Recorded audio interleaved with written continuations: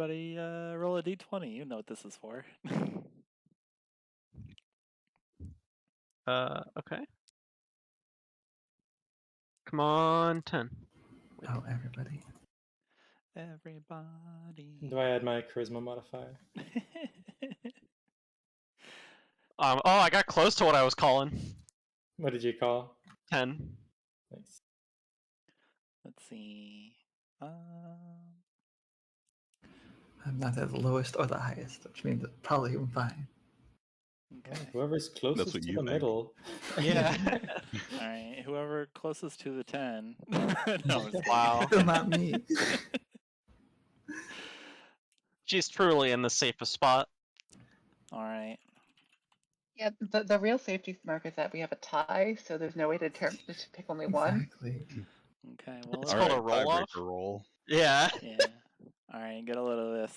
Closest to this number. Oh my god. Well, I've got good news and bad news. Well, The give good us the news bad. is I won. Mhm. You're a winner. You want to tell what our lucky winner has won? A winner is you.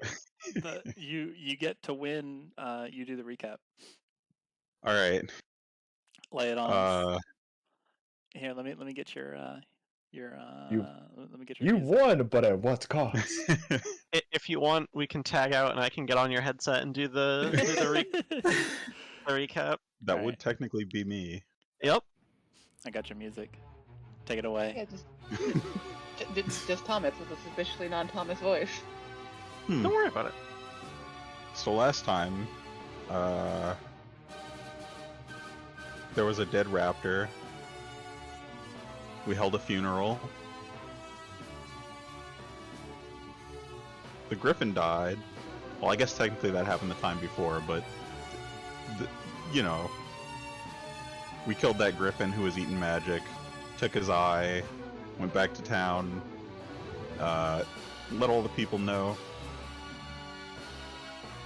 And then we started heading for... Where are we going? Where are we going? Durlusk? Nation of. And we met a band of roving performers who introduced themselves at our niceties. They seemed to be in a little bit of trouble, lacking food and water and trusty steeds.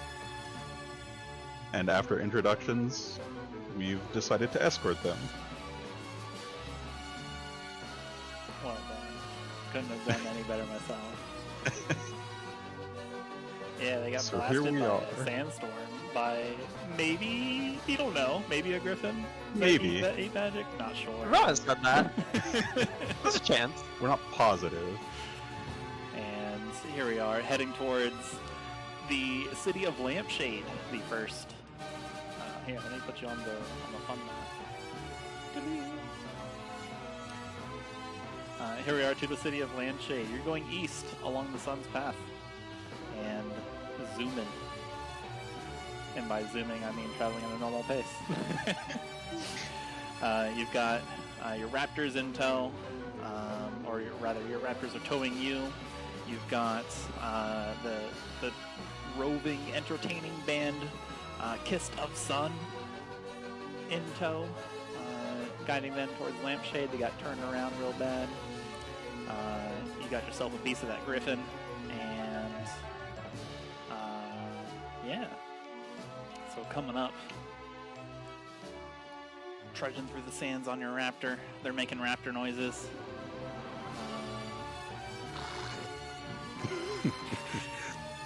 They're all talking to each other, talking to you maybe. You don't know. Nobody speaks raptor. Xalia is attempting to make raptor noises back. Alright, give me a performance She's check. made her face significantly more raptor-like. Okay, give me a performance check. Oh, it skidded on the 20, it like rolled and spun, and then it goes bloop, 8. Unfortunate. Alright, Xalia, you get to make your own Show raptor Xalia how noise. it's done. Yeah, Xalia, you get to make your own raptor noise. Pastiche, you successfully pull off a... Cool. I call your bluff. What are they saying? That's not the right one. Anyways. I meant to click speak with animals. The joke is ruined. While,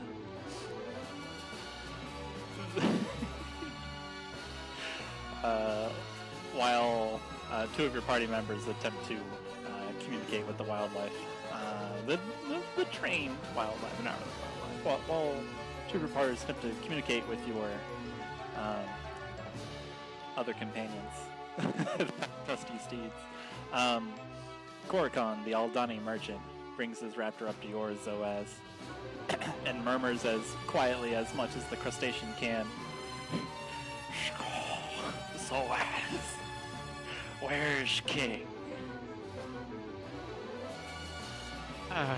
He was back in Tenuto, I believe. He had business to attend to. Even the captain of the Dunestriders in Vaskar had to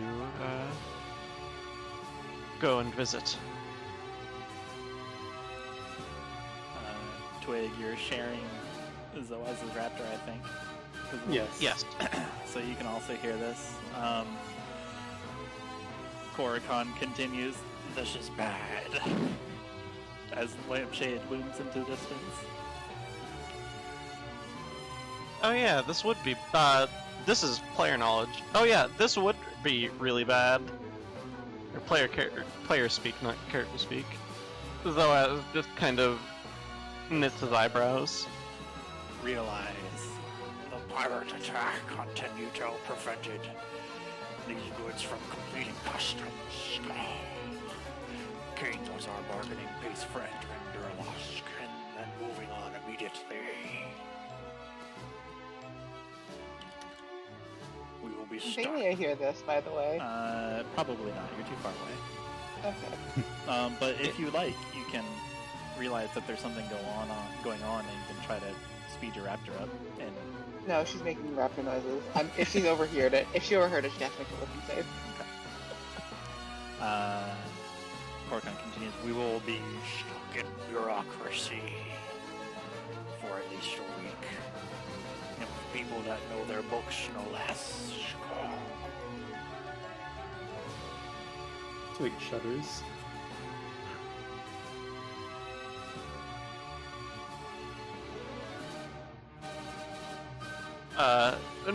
Not truly audible over the din of raptor noises and the semi. Well, I guess we're not going that fast right now because we're guiding people who are on foot. But the din of raptor noises and their pounding footsteps on the sound. Zoaz was kind of grumble to himself. Rats.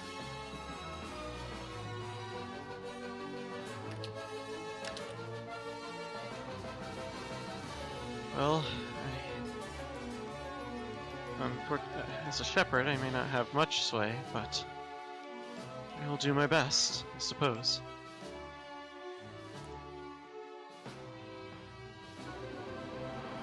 Korikon nods and just double checks the parcel that he's got, and he replies to you, "Well, I guess you can use the opportunity to stock up for the next leg of the adventure. We'll be out on the sands for several days in a row, as you know, after this.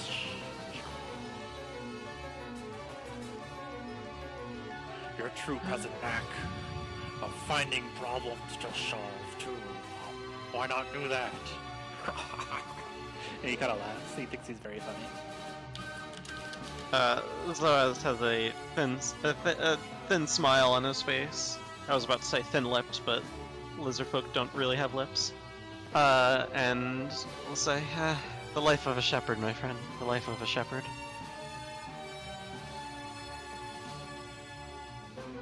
Korikon nods, looks at Twig, nods, and then kind of moves his raptor back over, away. And you all make it to the lovely town, the lovely city, in fact, of Lampshade. The first, what you call it? The first city, that's the word. The first city of Durlask. Oh, whoa. And when you get there, the music changes. I'd like to think that Makayla would have been walking with the Sun's Kissed, like kind of just getting to know them. And if at any point they would have like have any instruments or like, you know, started playing music at all to entertain while on the walk, she would have joined in with her hurdy-gurdy. All right. Well, getting to know them, what do you say? You're getting to know them. What do you say? What do you ask? Oh, I mean, she just like general stuff, asking about like where they've been, like what sort of what performance, like where they performed, what they're like, what they plan to do when they're in the city. That kind of just like make a persuasion check. Sure. Okay. You rolled a 4, so it's a 12. Yeah. I should have put 2 more points in charisma, to be honest. Alright. Well, you are unfortunately ignored by most of the troop, but Ula does see you trying to strike a conversation, so he moves closer to you and asks, "Oh there, what are you doing? You trying to talk?" Well, I thought I'd get to know my traveling companions. It's not every day I get to walk with a full troop. He glances back. Well, really, it's difficult to see kind of their countenance because everyone is still masked. Has his full mask. The others have their half or like quarter masks. Some of them are have 2 bands of cloth that are coming from behind their hoods or like other kinds of headgear. Just the wraps on their heads that they use to shroud their nose and mouth. So it's always difficult to tell like what these people's faces look like or what kind of countenance they're wearing because they're wearing shrouds. So you see him look back, and your gaze kind of follows. You can see them all kind of like practicing their magic tricks. Like you can see them make marks appear on people or on their clothing. You can make them, or you can see them creating little mirages in the sand or maybe a little bit away. They're just always practicing, making sure that they're honing their craft. And then Ula says, well, as we said, we are performers. We just came from Irigun on the east side of the continent. We had a performance there. You do not strike me as someone that is interested in the theater, so I won't bore you with the details, but that one was truly exciting. We tend to make it different every year. In fact, this might interest even you. Merchant King Silo Nude was there. He bankrolled the entire thing. We are very appreciative for his contribution. It was a success. Well, congratulations on your success, and here's to more. Give you Hopefully with fewer sandstorm attacks in between. Gives you a slow nod. You can see like the eyes kind of shifting around from behind the mask. And then, thank you very much. Success, onwards and upwards, they say. Are you planning on performing the same thing at Lampshade? No, we have an engagement to pick up some supplies and basically prepare for our next performance. We do so in Olga. Ah.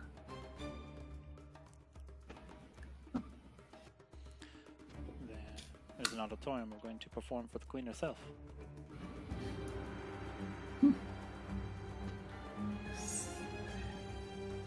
For the Queen? That's quite a... You really do have quite the reputation then. We are very It's good. rather impressive performance. Our reputation is our most valuable thing.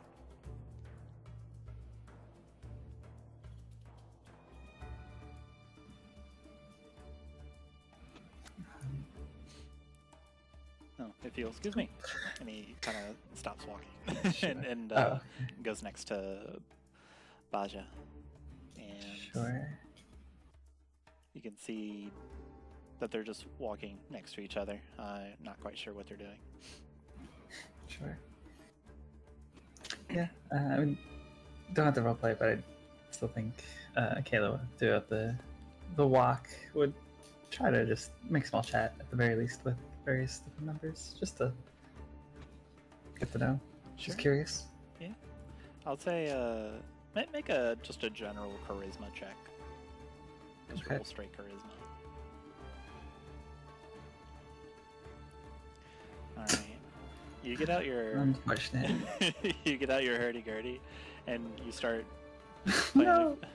playing a few notes on it. And unfortunately no one joins you, and worse, they're like, stop. Unfortunate. It appears that you have some anti-fans of the instrument. Some detractors, as it were. Well, that's all from me. Okay.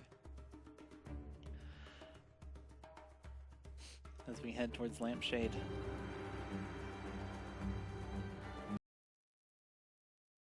A tumult of buildings spreads out from the walls of the city. And beyond them you can spy the rooftops of buildings. And in the distance there's the decorative top. That's probably loud, sorry guys. All good. Actually, Let's see here. What was it doing? The distance. In the distance, you can see the decorative tops of like the libraries and knowledge stores. Here in Durlusk, a library might as well be a shrine or temple, and you have but to walk down one street in the city to acknowledge the shift towards knowledge and the preservation of information. You can see that most of the buildings here are a two-story affair, either carved out or excavated from rising bluffs or constructed from imported orange clay stone.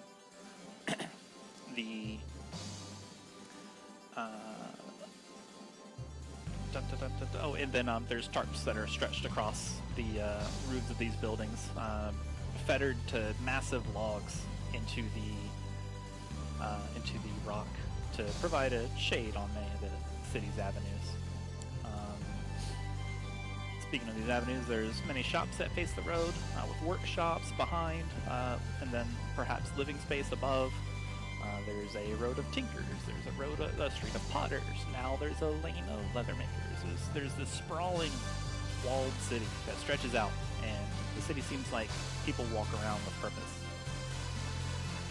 However, you are allowed no further when you are accosted by two very large, very tall, very thick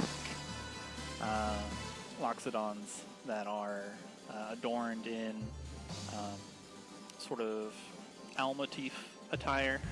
They have a sash of owl feathers that go across their upper torso diagonally. They're big tusks. Maybe have like a feather charm dangling from one of them. They have these large flails, kind of just holstered at their side, each, and big, huge oval shields. One of them stops. Hold that. State your name and your business. Welcome to the nation of Durlust. One of the Loxodon says, holding up a hand to halt you. Zoaz sort of like straightens up in his saddle and says, "My name is Zoaz Ituusk, a member of the Moonlight Shepherds. I'm here escorting, well, multiple parties, I suppose, a group of performers, and a merchant with cargo, as well as my compatriots."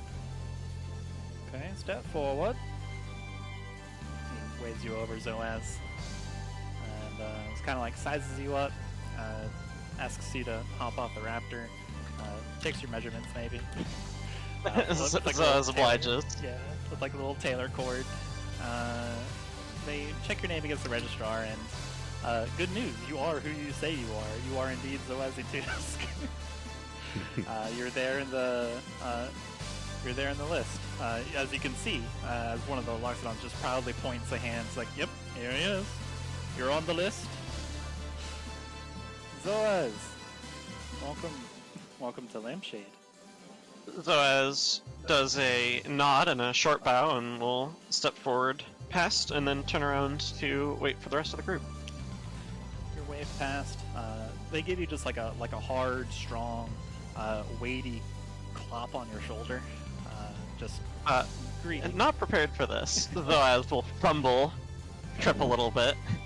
Yeah. Oh, I just stepped. And yes, I'll be sure to watch my step. Thank you. They share a laugh and give you a smile, and then wave over. Next, step forward, please. Who are they waving at? Probably anybody, which would be Twig next. Yeah. Twig was on the raptor. Twig steps up behind Zoaz. Name and occupation? You can just call me Twig. I'm an adventurer. I take up jobs here and there. Last thing I was doing was helping to escort a caravan. An adventurer by trade. Alright, Oh, yes. that holds up. Twig. You see these Larkstones writing down, just like quick, just guiding the quill over their papers. Alright, well, step forward. I think you are a resident. Go ahead, please. And then next, step forward. You can see them kind of wave the next person on, which would be Khorzaire. Khorzaire looks like he's unhappy about this. He knows what's about to come up. Khorzaire just walks up. Khorzaire, Aldani merchant. I have a package for Merchant Queen Zilzare Raikel. Oh, Khorzaire, eh? Alright, so let's see here. Flip. They just flip through some notepads, write down some things. They look over his cargo. They see the box that he's carrying under his arm and various other mercantile things that he's bringing along for the trip. They're taking his stock, writing it down. While this is going on, they move Khorzaire and his raptor to the side, and the other of the pair of Loxodons kind of waves forward to the remainder of the group. Oh, come on! You don't necessarily have to come, one at a time, but that certainly helps for processing. Kayla's gonna kind of absentmindedly wander over. She's not even really paying attention at this point. This is the Arcane introduction. If it's broken because she's not paying, she's just not actually playing the part that she's supposed to play because she's too busy like fucking around with Suit Whisper. Oh no. Oh, this is bad actually. Okay. So you walk over and the Doomstrider like takes in this event and checks her little registrar, makes a phone call. No, I'm just kidding. Says, "Are you? You are not from Khorzaire, are you?" She just kind of shakes her head absentmindedly. Okay, well, no worries. Pardon my asking. It's just simply easy to tell. What is your trade, for your occupation? Are you here for a She mission, snaps her or- fingers again with the Wandering Illusionist.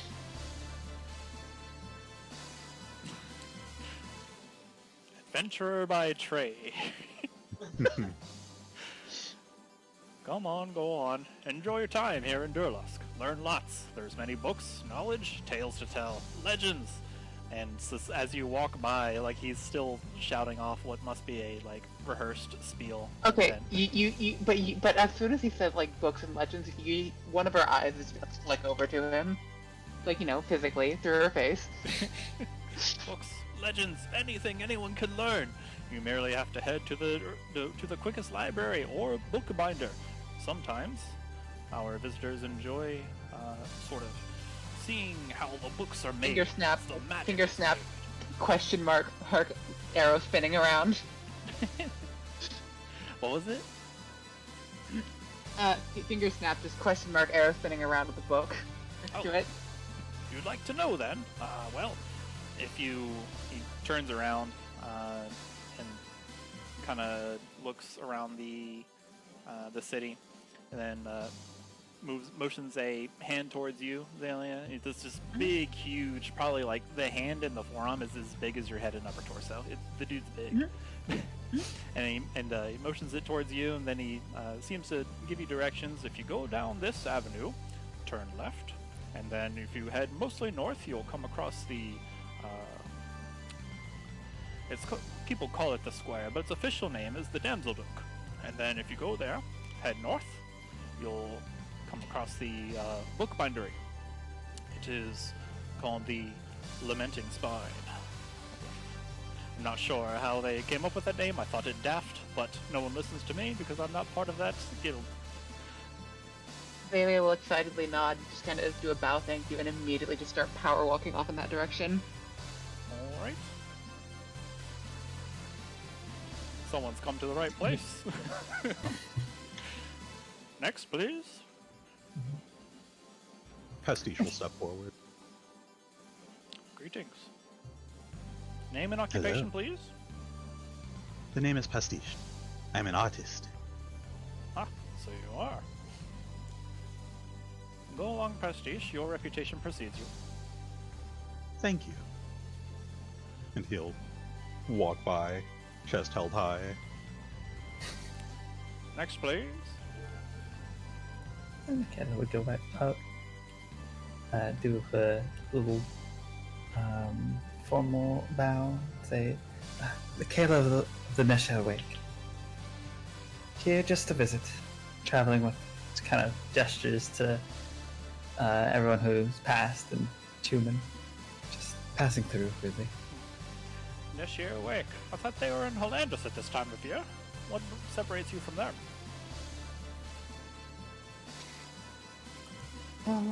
Come searching for information. And, well, I definitely think I'm at the right place. That you are, and Durlusk and her many cities are fraught with information. Flooded with information. There's oodles of it. You'll find quite what you're looking for. Go on, then. Next, please. He waves towards Chuman. And Chuman walks up. Name's Chuman. I'm an adventurer accompanying with Zoaz and his accomplices. Adventurer by trade.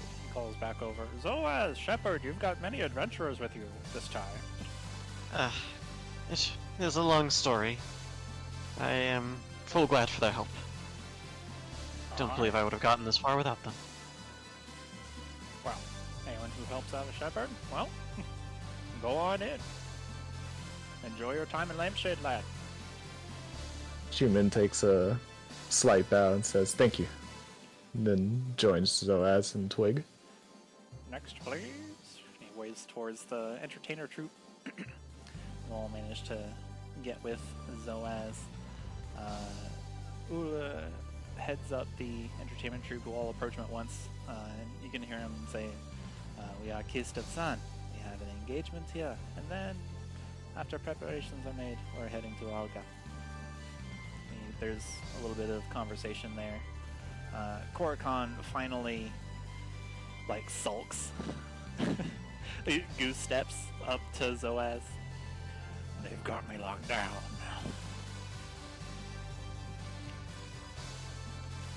Zoaz.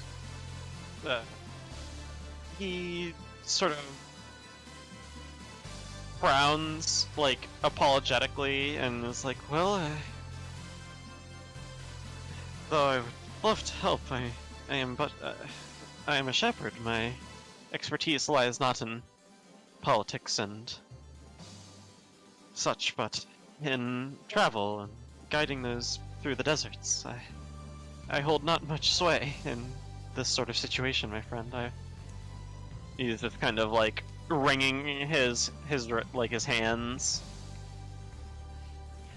He looks around at the adventurers brought before him. You can see like his shell plates kind of like rise and fall. Well, I'll be a few days. I have to put in a few paper birds to acquire the appropriate paperwork. Zoaz, this is a very valuable artifact that must reach the Queen. So, we have to play nice and by the rules. The nods. Well, you have my word. I won't make any trouble.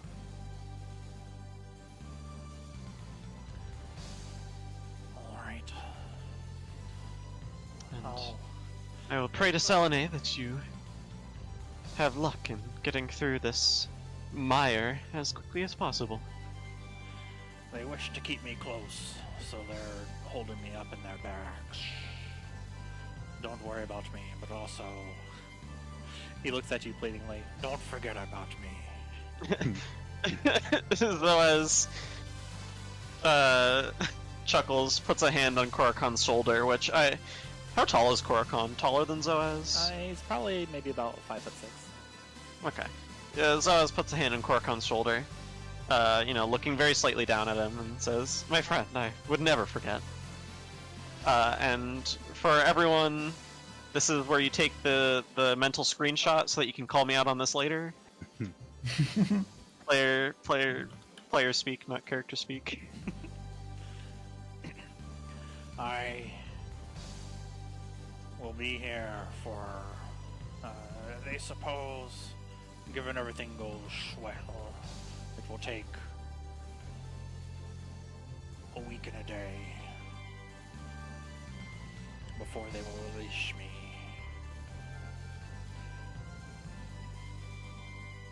Well, I suppose there will be no trouble for our group to keep busy, given our knack for finding trouble, but I assure you, I will be here for you when the paperwork has been completed.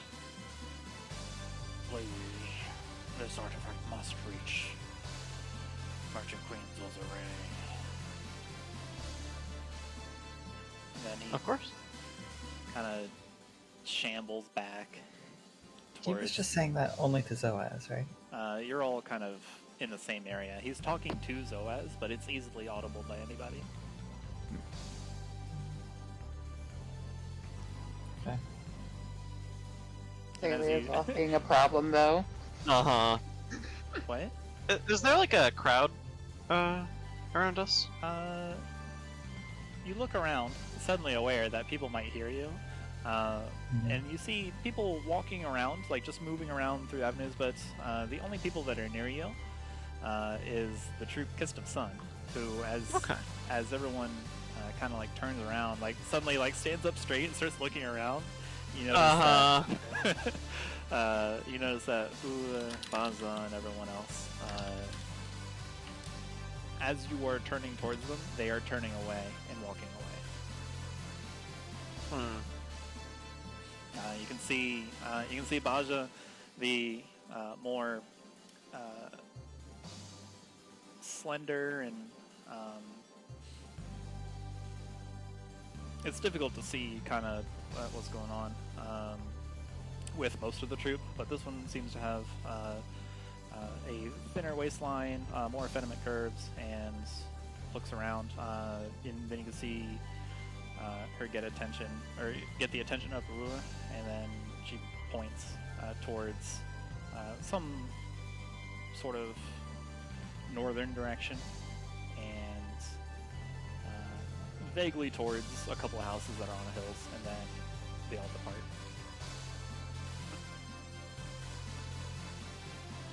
And you are left alone in the streets of Lampshade. Zoaz sighs a little bit and turns to the group. I assume Xalia is about to wander off. Oh, she's already gone. Oh, okay. And you suddenly realize you're minus Xalia. Yeah. Zoaz puts a hand, covers his eyes, and groans. He says, well, we'll find Xalia soon enough, but for now, I apologize. It appears we'll be here for quite a while. Though, I know for some of us, it shouldn't be an issue. It is certainly a nicer place to stay than Aurora, that's for sure. Makayla would have tried to find like the nearest place to sit, as I think she would have spent the vast majority of that travel walking with the caravan. And it's not like like rubbing her legs. Yeah, I know. Not to like try and get rid of the soreness or anything.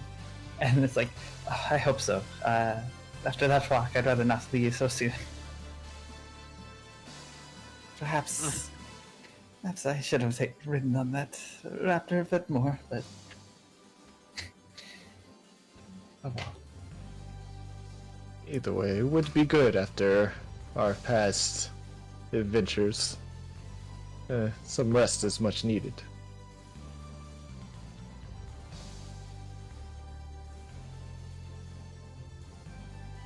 Now, where did she wander off to? So as he's saying that, he's like turning around, like looking for Xalia, like sort of getting on his tiptoes, like trying to peer over the crowd. Make a perception check. Makayla would say, wherever's the most interesting, I'd hazard a guess.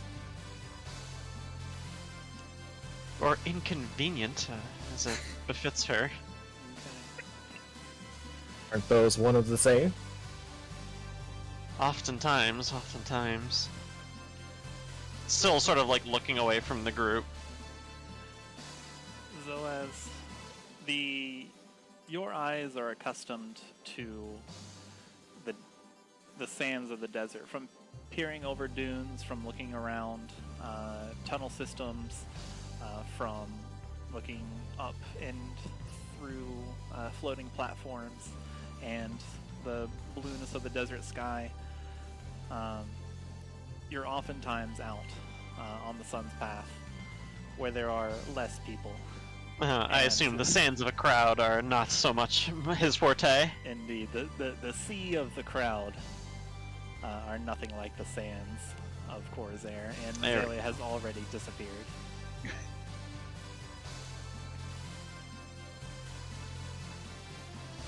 Well, she can take care of herself. We'll find her eventually.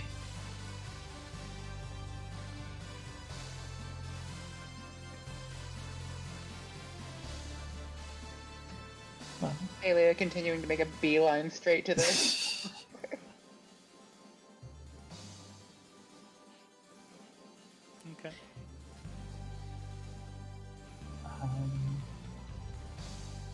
before we ask the group what they're doing, Xalia, you're very smart, but are you Academically, at least. Yeah, but are you good at following directions?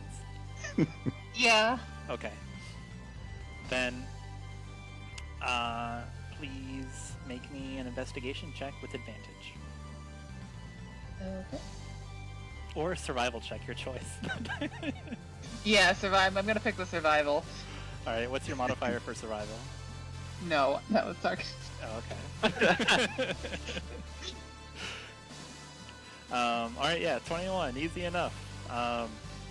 Keeping in mind the Doomstrider's directions, and they're actually pretty good. Like, they might have seemed muddled at first, but yeah, you just walk along, and you see, it looks like you found a public area.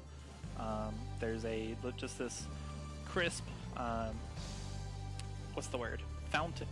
There's this crisp fountain in the middle of this vacant kind of lot area, and the smell of water is heavy on the air. It's nice, it's lovely, because you've been traveling in the desert for the past while. Definitely a change of pace from home. So the smell of water is apparent. So now that you reach here, you're able to get your bearings and continue on north towards the bookbinder. You're on the next leg. And you see like a lot of people in this public area that are just resting or reading books or something like that. And then just, beeline with purpose. Somehow you fit right in, despite your appearances, but your attitude and your purposeful gait fits right in with the rest of the people here in Durlusk. Cool. She's mostly just, thinking about things, organizing what she wants to work on when she gets there, all that. Yep. You did get some, looks, but you don't notice. It's the big city. Hmm? Yeah. Or it is a big city, I should say. She's just kind of working on an index list of all the topics she wants to look for. Sure. Basically. Alright. Which brings us to the rest of the group. What's the plan? Makayla is going to go. I guess she kind of like. At first, first step, she's gonna go back to the I guess guards, the city guards. What do you call them? Doomstriders? Well, yeah. I mean, there's a specific term for people who like work the gatekeepers of the town. Who like. Could the word be gatekeeper? Sure. Whoever's managing the ledger, like the ledger people coming in and out, like keeping track of that. She'd plan to go to them and ask them if they had, if they're, willing or able to disclose that information, if Denoto Steel had came through here and if they had left. Okay. Make a persuasion check. And what do you say? Well, let me see what I roll first. Okay. I think Makayla would just walk up and, being as polite as she can, would say something along the lines of like, pardon me, if you are in a position to disclose this information, I'm just curious if there happened to be a Denoto Steel that had walked through here in the last couple of week or so. Gold, dragonborn, peculiar hat. Does this ring any bells? You can see the Rockstone kind of think to themselves for a moment. He told me he would be here. I just want to, because he was on his way to Durlusk last I saw him. And just curious to see if he made it all right. Okay. Let's see. Denoto Steel. wasn't me, but let me check the registrar. I don't mind. It's almost the end of my shift after all. I can do this one last time. Much appreciated. Thank you so much. He heads into kind of like the little garrison there, where you can see him kind of move past all of your raptors that are being led around towards a stable, and he's gone for several minutes, and he comes back. Ah, indeed. Looks like we do have record of passage for General Steel. He's your friend. Do we need to help you contact him? Is he lost? Oh, well, I don't think he's lost. I hope he's not. But I would love if you could help get contact with him. Okay. That would make things significantly easier on my end. Well, he's not in Lampshade. Since we are the forefront of Durlusk, we also record who exits Lampshade, and he has exited. Okay.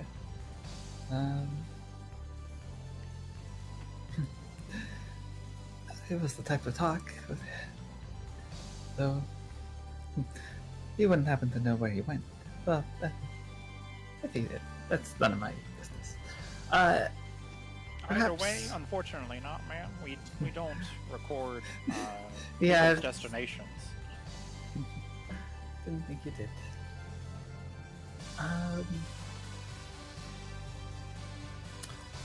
Makayla would think for a minute, like trying to recall something, and then, if you do not mind, if you happen on that record to know if there was a caramel on the ledger? No, we keep our ledgers quite clean. We don't get candy on it. What's the person's name, I believe? He kind of like looks at you a little weird and squints. Not a name I would have chosen. Ma'am, I'm gonna have to ask you to continue on. You're asking quite a few questions. They're a little confusing. Just trying to find if people I'm looking for are here. But if that's too much to ask, then that's alright. Thank you for your time. It's a matter of personal privacy, you see. Just Enjoy your day. And he kind of walks off. hey, listen to me.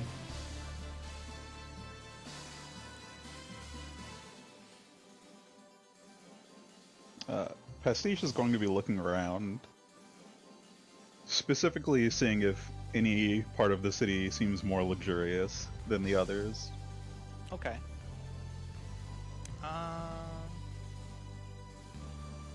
Make an intelligence check. Sure. Just straight up intelligence. Okay. Pastiche, you look around, and this is, of course, the entryway, so things are a little bit more, things are cleaner here in the entry. As you maneuver around and navigate, things get more relaxed, so to speak. But you do notice towards where the library area, towards the north end of the city, things are a little bit nicer over there.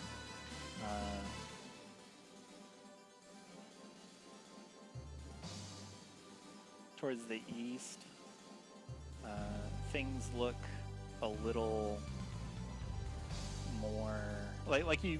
What happens is like you get up on top of somebody's house, like you just go up using the stairway that's on the side, and you just get up on somebody's house on the second floor, so you can take a survey of the city. And you can see on the east there's a bunch of tents. Seems to be like long queue lines going around, so you get the sense that there may be some sort of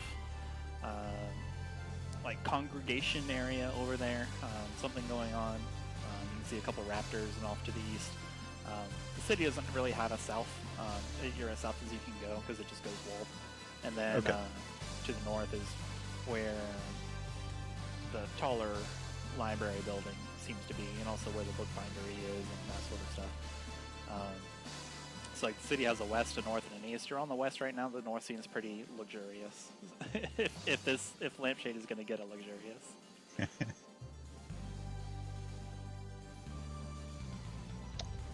Pastiche is gonna tap Twig on the shoulder, and then just start heading north. Twig is gonna look a bit confused, but he'll follow Pastiche.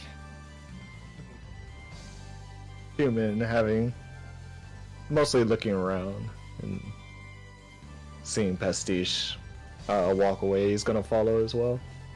Okay. Makayla, after a few minutes of your conversation with the Loxodon Doomstrider, you can see Pastiche descend from the stairway, Twig quickly in tow and Zoaz in tow, and then Chuman kind of like unfolds his arms and then walks, and then you see like your group leaving away. Would you like to catch up, or what would you like to do?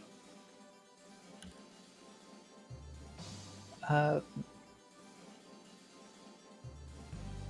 mean, she could like kind of follow them, but like there probably wouldn't be any rush to catch up. Okay. Alright, everyone. Yeah, you maneuver through Lampshade. You've got these claws that are draping the buildings, adding that splash of color between like the orange and the dark red orange, like the amber and the clay colors. You can see that around the buildings there are like the buildings are ringed with quilts and other textiles to give them that extra kind of like little accent. You can see large pillars just jutting up from the ground where it just appears to be holding up part of just overhanging cliff, just to make sure that it doesn't fall down on the city, because that would be bad. And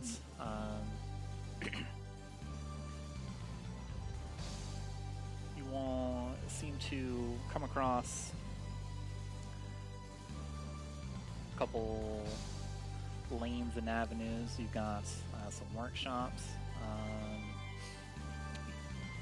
You pass by and make a mental note of where the tavern is, where the inn is. And as you're maneuvering around, you can see these tan buildings go high with their second floors. Like there's trees growing up alongside them and ivy growing down along the walls. And just walking past people, there's many other people just walking around and just being part of Lampshade, as you are now. Let's see here.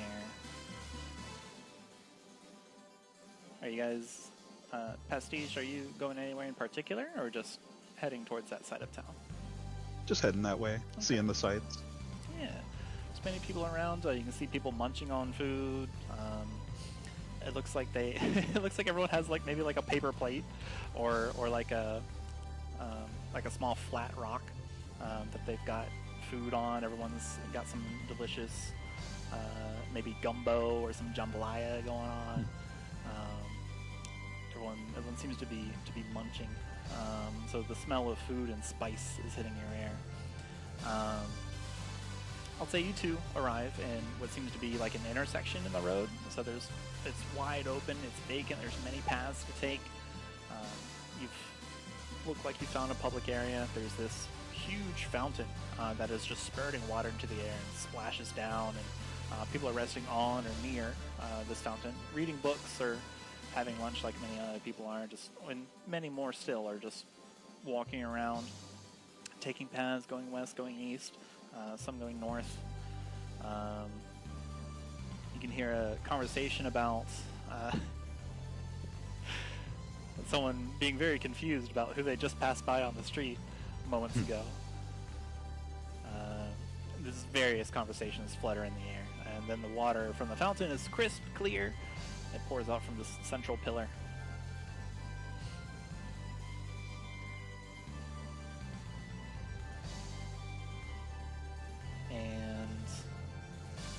say, Xalia, it's around this time that you arrive at the Lamenting Spine, the book bindery. It is a overall dark stone building. It's got like an archway for a door, like a big double doors. And then it's just got decorative arches going along the rest of its foundation. A couple windows. It seems like there's only one entrance. It's got this small, kind of like four-step ramp. Four-step flight that goes up to the door.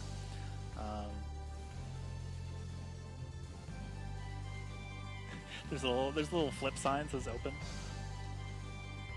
Nice. She's just gonna walk in. Okay. Remind me what your what you look like, what your visage is, your appearance. She's probably mostly in her default at the moment, which is, you know, a million eyes behind sunglasses, a couple horns hidden in hair. Okay. Still spiky teeth, but yeah. Alrighty. So you walk in, there's like a little jingle as you walk in, and yeah, you enter the Lamenting Spine. You can see that it is mostly a workshop, where people are hard at work binding books and just making sure that they get all the pages together and then attach them to the spine and the hard covers of the books. There's a couple books that are on display that are for newly made ones. There's a couple books that are drying. You can see that there's even a bit of leather tanning going on, where they are making leather bookmarks and also building the hardcover for all these books. Are you looking for anything? What would you like to do here? She's interested in the guy talking about books and saying this is where you go if you want to hear about books, so she's just gonna kind of shove her face in the nearest person's business. Okay. And figure out what's going on from there. Alright, so you do this, and you just introduce your face into their personal bubble of space.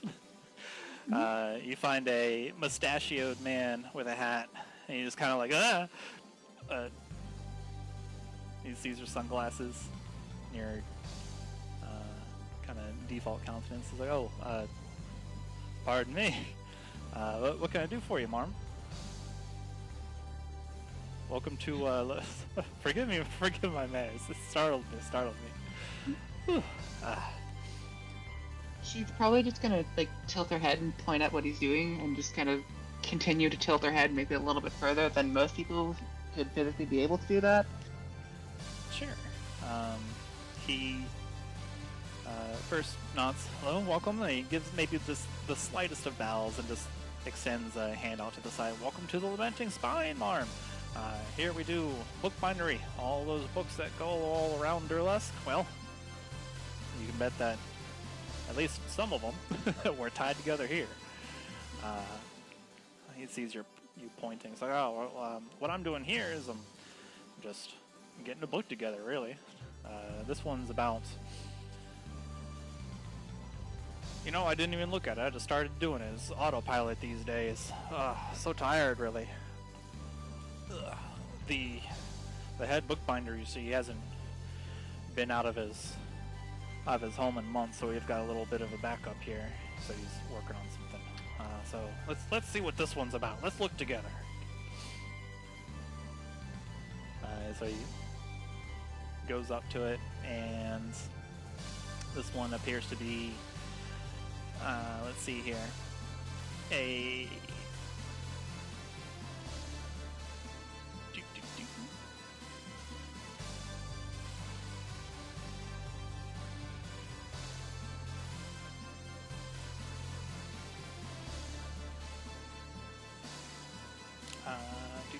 oh, sorry. This one appears to be a religious doctrine.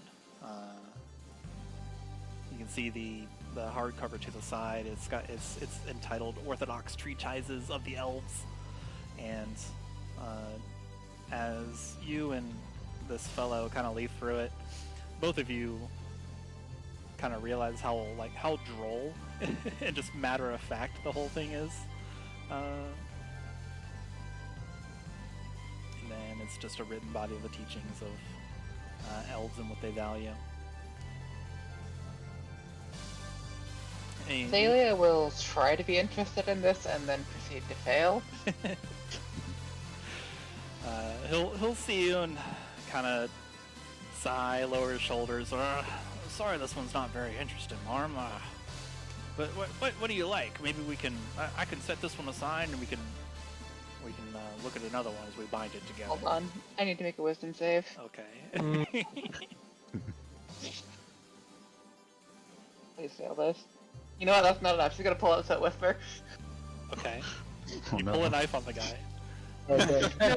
No, she just pulls it out and like points at it, like and waves it around in a non-threatening direction a little bit. So you can see the smoke. Okay. So you unsheath Soot Whisper, and then like hold it, maybe like point up, and just point at it with your. I was thinking more like her flailing it at like 90 degrees from him. Okay.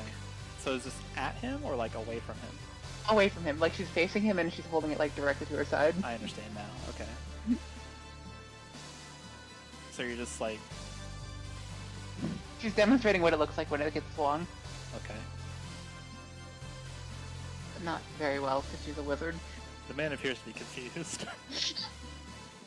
She points at the funny knife, the smoke knife. Okay. You can see him adjust his hat, and seems to kind of like bend forward and look at look at your dagger. Looks like you got a knife there. He seems unsure, and you have noticed that he has taken a step backwards. She kind of frowns. Like if I remember correctly, it makes like smoky effects when I swing it, right? It does not. Okay. Well then, she's going to, for the sake of it, minor illusion the smoky effects you'd imagine. Now it does.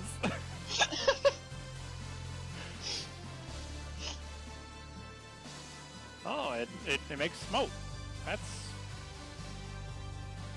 I have not seen this before. He still seems very, very unsure and very, You've been like through an adventure or two, and your adventure mind has honed in that he seems to be ready to run. She'll put it away and just look kind of dejected.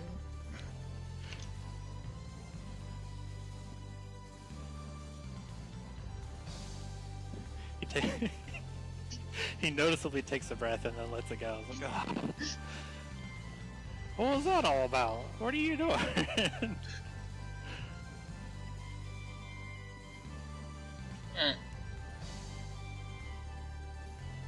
Well, pardon me. Thank you for coming. Just things fine. I've got work to do, please. She's gonna scrabble out. Well, she's not scrabbling. She's like sludging. Like her feet are little, dripping into the ground a little bit.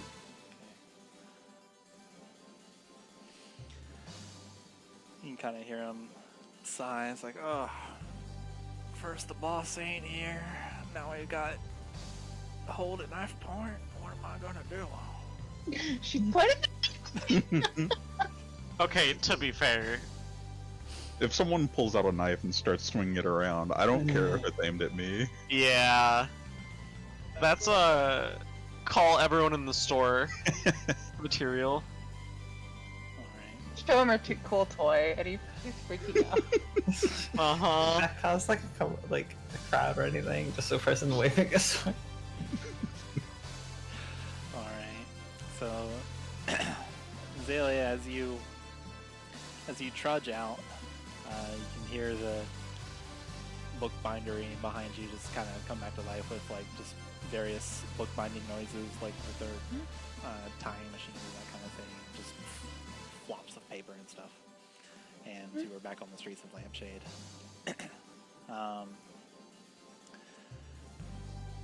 let's see. I think the rest of you. Let's see here. Xalia's not here, but we're gonna put her there. Sightseeing. You're sightseeing. Okay. We'll say that that's probably the approximate arrangement. So you guys are in this lovely vacant town square. Well, I guess if you guys are headed to the north, it'll be that way. Pastiche, Twig, and everybody else, what's the plan as you kind of circle around this fountain, seeing many people just sitting around reading a book themselves or chatting with others? There's plenty of talking going on. You can see lots of people just on either on the second floor of their home, just enjoying the the breeze that's wafting through, or Pastiche is gonna do some people watching. okay. See if anyone looks rich. Anyone looks rich. Okay. Let's see. Make an insight check. Okay. Chuman's kind of looking around, either for a clothing store or like an appraisal area. Okay. Chuman, that'll be an investigation or a survival check if you're just looking at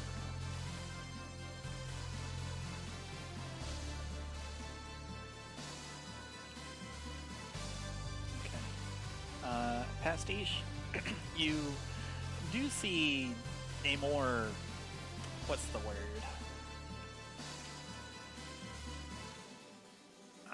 Foppish gentlemen. They've got like these very small lens, circular glasses.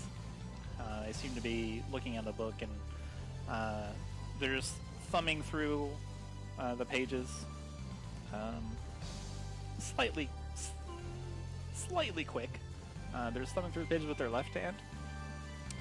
They're wearing just like a mahogany, kind of like foppy suit with like one of those fluffy neckties. And then in the left hand throwing through the page, they've just got this brown book in their lap. They got legs crossed. In the right hand's a banana. So they're just munching on the bananas as they leaf through it. You can see like behind them, just a little basket of fruit. It's got oranges, some cherries, grapes. They seem to be by themselves, as far as like they're not acquainted or associated with anybody, but there's maybe like a couple more people that are around them. We'll say that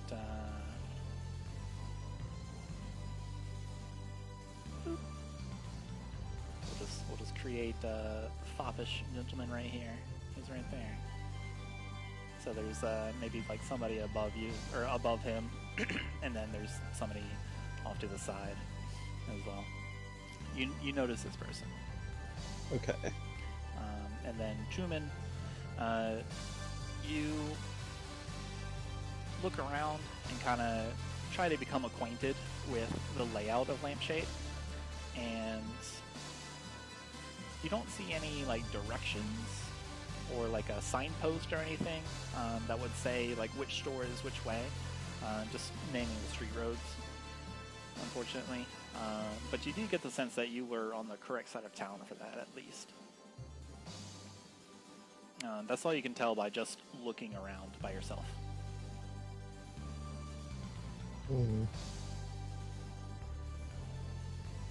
Okay.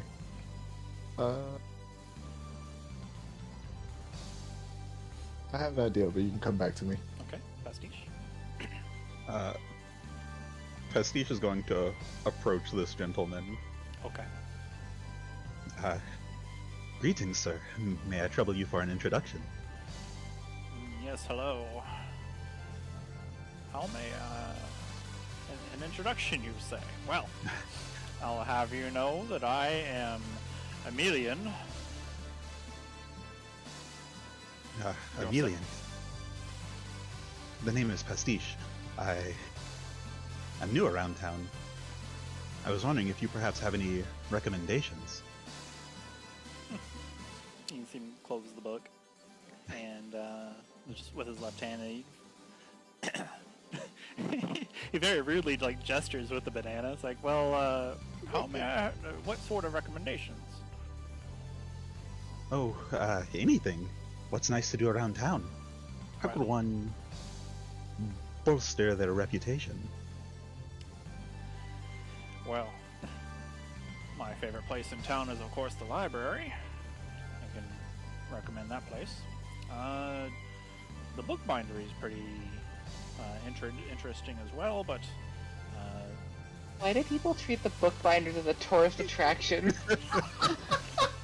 Why not? You don't know? They're nerds. Everyone's a nerd here. Hello. Where they invent knowledge. Yeah, where they invent knowledge. In fact, that's the words that Emilian uses. It's where you invent knowledge. And, well, if you're hungry, you could head on over to the street vendors over on the east side of the city. And get some At sweet this corn. point, Pastiche has pulled out a little notebook and is taking notes. And got some good street corn. You should really try the shrimp scampi. That's actually Shrimp the most scampi? popular item. Yes, the scampi. I see.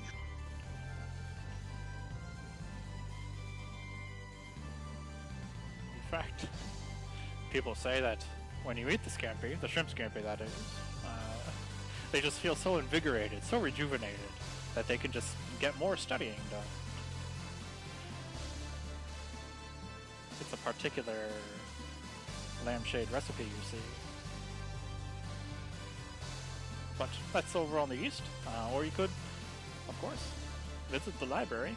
Any Durluscan worth their salt would point you to the library first.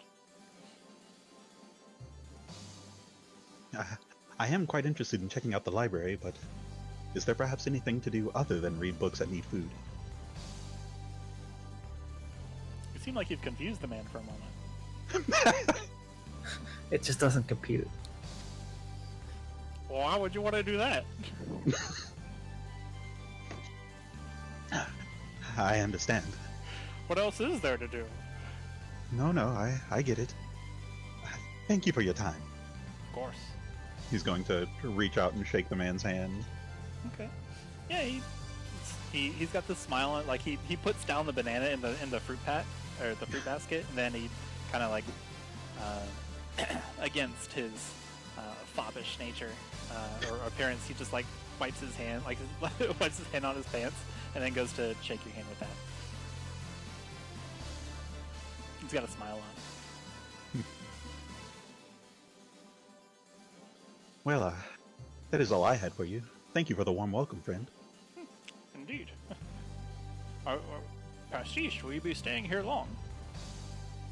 Oh, not too long, but for a few days, perhaps. All right.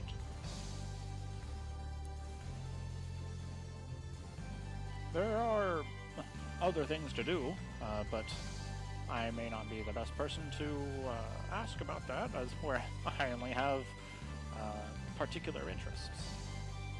Oh, well, if you know anyone who would know, I'd love to be introduced.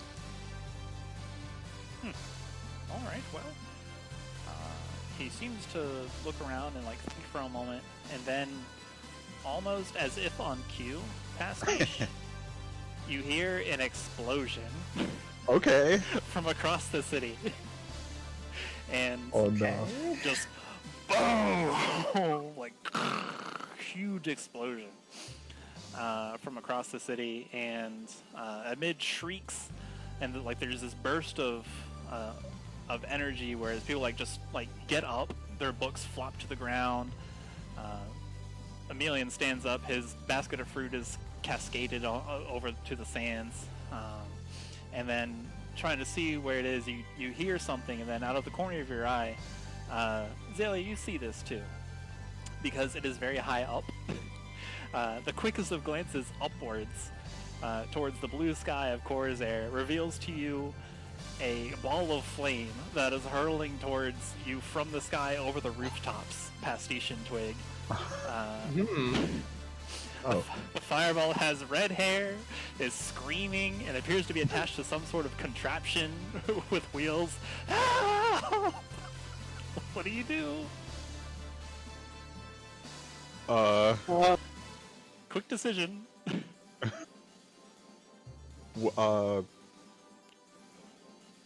I'm gonna attempt to featherfall that person. Okay. Alright, yeah. So, quick decision, you use your reaction, but just quickly, like, you point up at the person, and at this little fireball that's just been careening through the sky. And when they get within appropriate range, you just slow their fall. You manage to slow the person's fall, but their contraption that they had does not, and that continues to fall at a rapid pace and splooshes into the fountain. It's broken, like the pillar just cracks, falls over on it. There's this massive pieces of metal sticking up out of the fountain. Zoaz winces and he is in the splash zone, is completely drenched, I assume. Absolutely.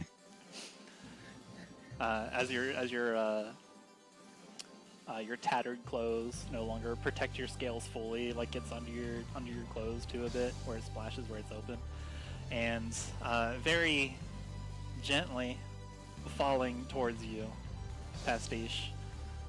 They were on nearly an exact trajectory towards you, so they appear to be falling towards you, and into your arms is you realize that this fireball that has impacted you gently into your arms is a fire genasi woman wearing a frilly, puffy, like dark blue blouse, kind of tucked into a pair of brass bracers, and she's got amber pants on.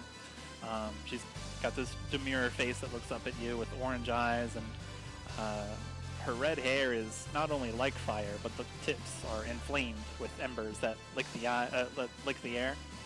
And she looks at you as you kind of catch her and set her down. She goes, "Hi." Hello. What's the occasion? She opens her mouth to speak, but then she's cut off by another explosion. Boom! As shards of shrapnel skip through the sand block tiles of this little vacant lot kind of rest area before igniting into fires of their own.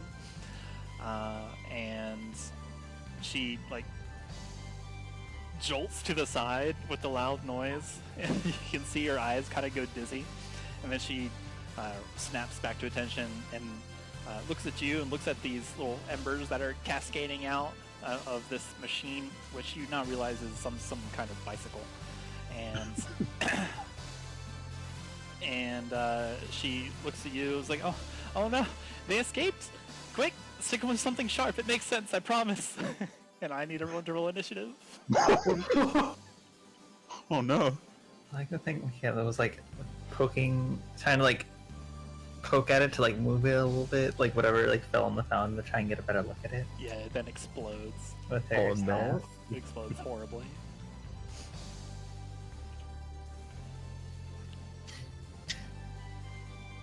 Oh no, Mitch. They'll be fine. Makayla's like, I Kaboom. swear I was just poking it. I didn't do anything. Kaboom! Alright. Let's see here. Let's roll some initiative for these guys. Wait, how do I do that? Roll Oh, no. NPCs. Okay.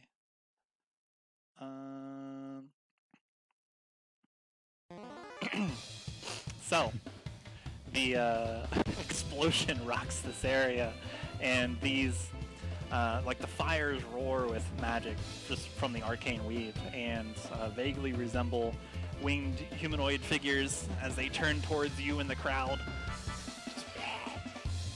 And the flames begin to lick the area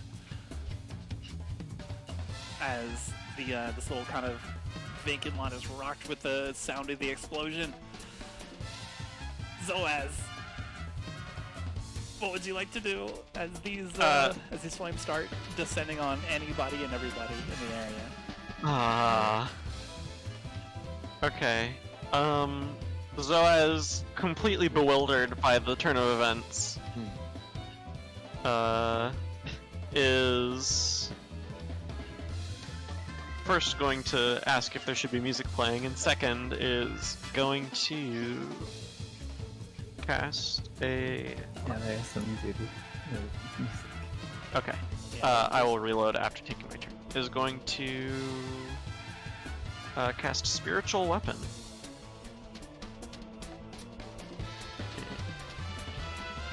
He's going to cast it...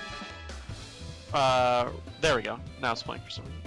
Going to place it right behind this creature. Okay. Does the weapon count as flanking in this case? Does not. Okay. So you whoosh, apparate your image of a Shodell and slice through this ambient fire.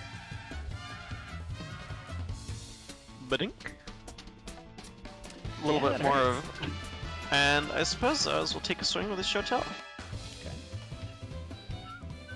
Oh, the combat tracker is not displaying their correct name. Because I didn't name their token differently.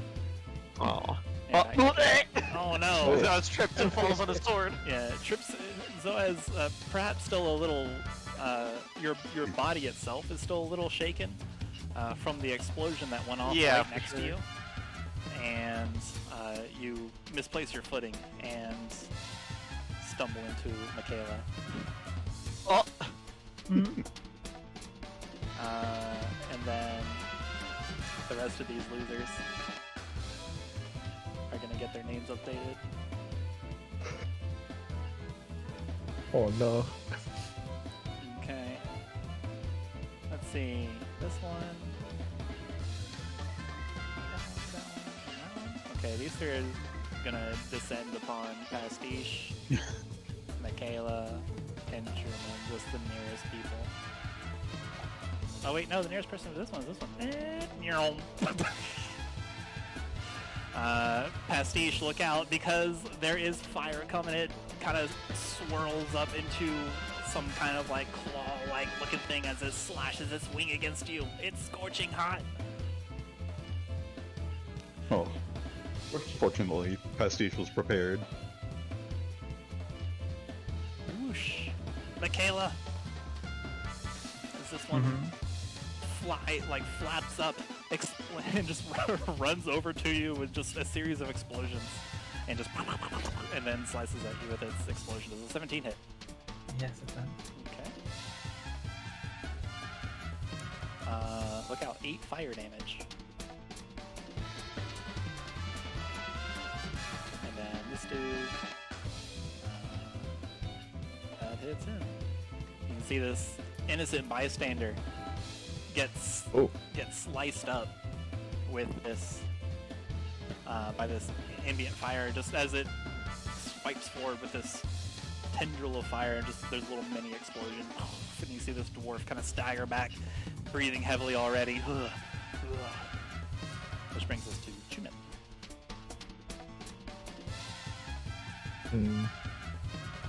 Am I able to see this at my current position or no? Not in your current position, but you can walk over and go to see it. Okay.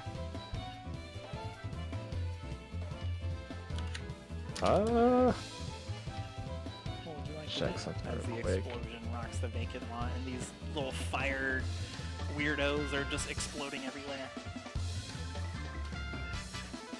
Chuman's gonna sigh and just mutters under his own breath. So much for the relaxation. Then he pulls out his longbow and runs over to take a couple shots at the explosion that chased after the dwarf. Go for it.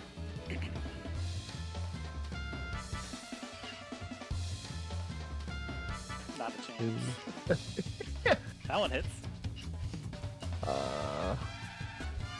Hold on, I forgot. I think you get an additional attack on the first round as well. I do. Okay. Also hits. Okay. Yikes. Then, because of Dragon Ambush.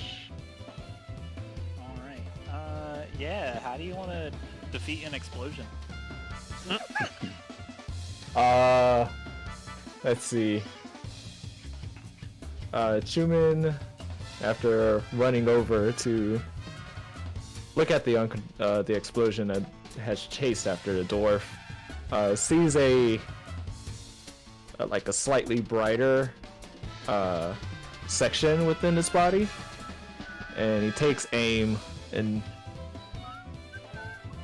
fires 3 arrows directly at the one spot, and then it just slowly becomes a smoldering and then fizzles out. Okay. Then, as it smolders and fizzles, and it kind of like compresses into itself and becomes just kind of like a rock. It smolders and burns. Then And then it Chuman explodes.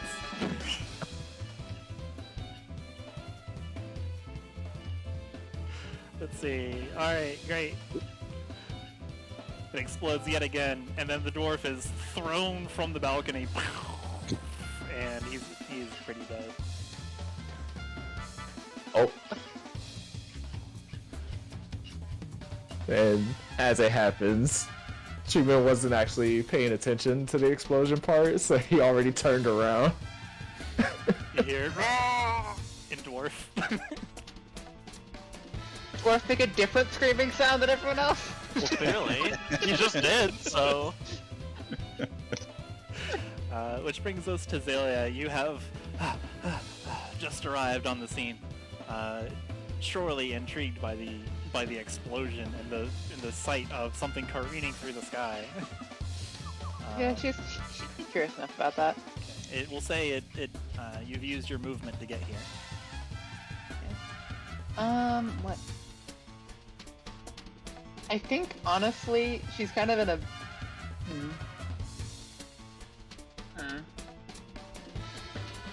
I was expecting her to not actually be here. I didn't think of what she was doing.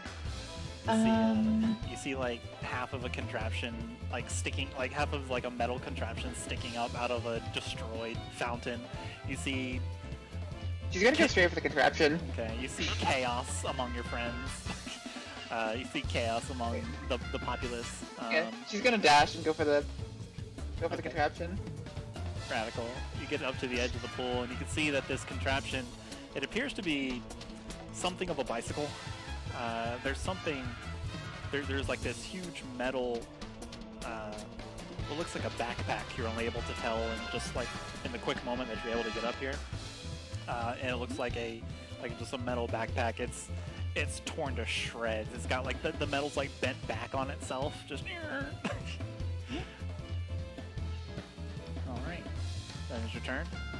Yep. This one. Oops. This one is going to. Let's see here.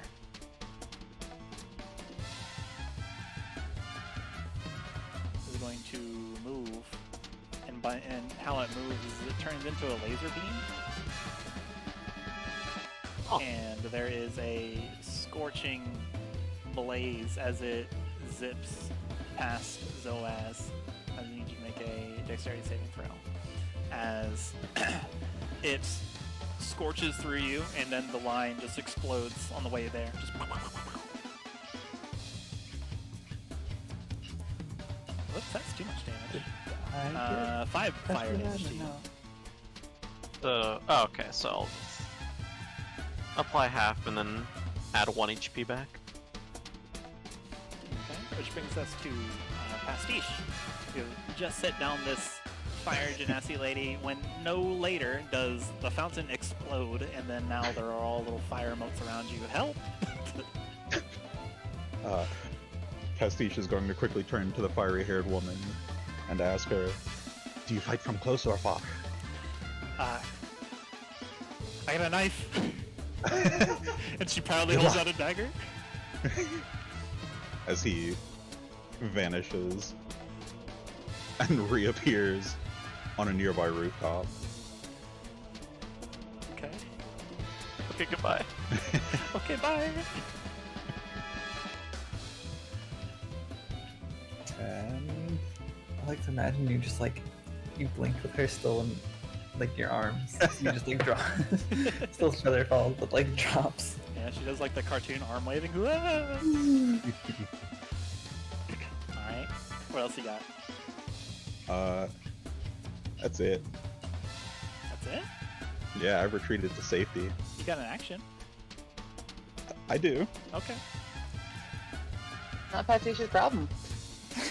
Twig. You see Pastiche exit.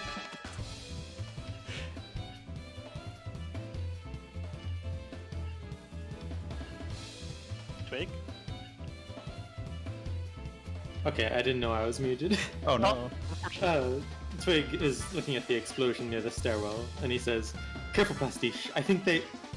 Pastiche? And he just calls out to anyone in earshot, "I think they explode when they die. Get away from them." And Twig is just gonna...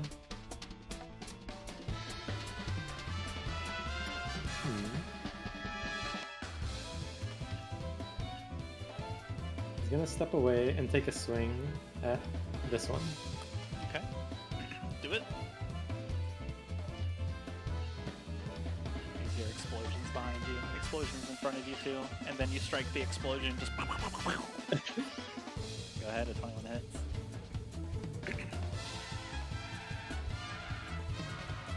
Cool. And then a follow-up swing. Well, you strike out at the explosion with your scimitar attack, your initial scimitar attack, and you do enough damage to like this floating little bomb core in the middle of it that it just you strike it at an angle and it just kind of like whizzes out of it, and the fire around it kind of like puts out, and then there's a moment where it just kind of sits on the ground smoldering, and then kaboom! It explodes. I need a dexterity saving throw from you. How could I have seen this coming? I don't think that was the correct throw. Oh, Nice. Half damage. also nice. Half of 11, which is 5.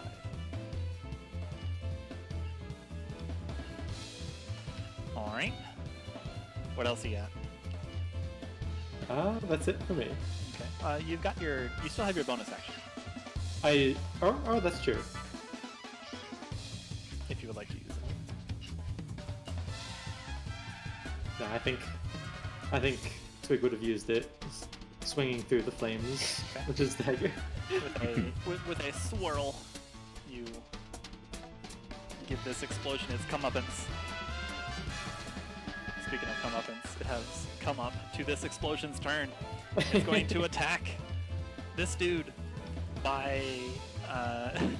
you can see like the fire kind of swirl around itself and then push a gout of fiery fireness at this hobgoblin who is minding his own business. He was carrying a stack of books. No. And now he's effing dead. As fire breathes on him. Bleh. He manages to kind of like move forward a little bit quicker. He's starting to just kind of run with this stack of like 7 books high. He's like, "Ah!" He gets burnt a bit. Okay, which brings us to Makayla. Guess we'll should I lay? And then these things are like floating, right? Yeah.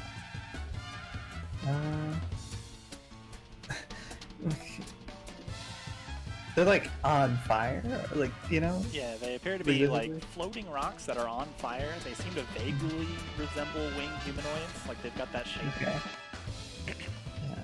Yeah. Makayla's gonna try and like.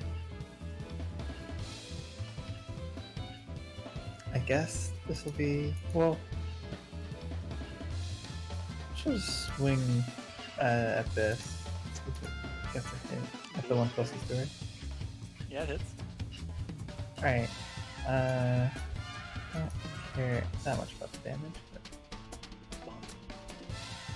Okay. And then.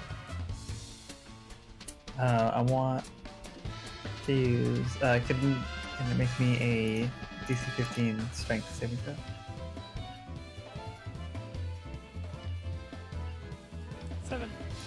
Nice. It is strength, right? Not being right. Yeah, okay. I want to like shove it into the water. Okay. If possible, into the well below. And just kind of like hold it there. Okay, so horizontally, we can't shove it down. Oh. Darn. Okay. I'll use my second attack grapple check then. Okay. So you Try and just. So you jump into the fountain. Or am I? Well, I'm trying to like push it down. Effectively, I'm trying to push it down and like hold it there with my staff. Okay. So you're So it could be like where I am and kind of still be back here. I'm just trying to like drown it, I guess. Okay. You have a 5-foot reach.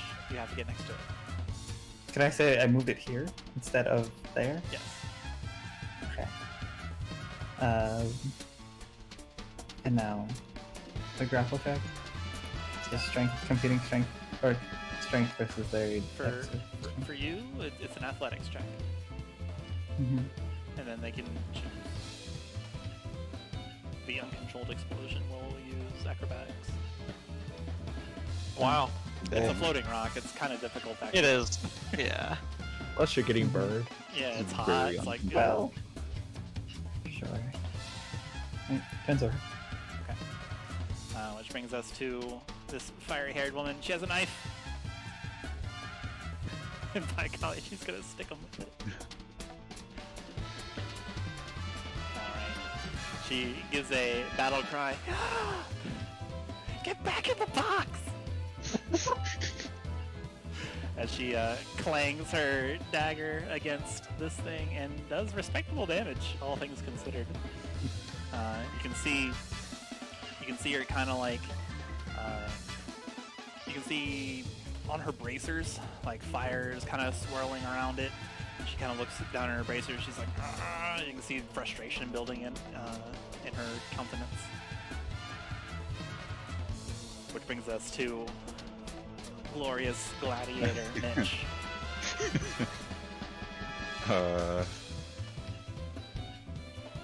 What are you gonna do, Mitch?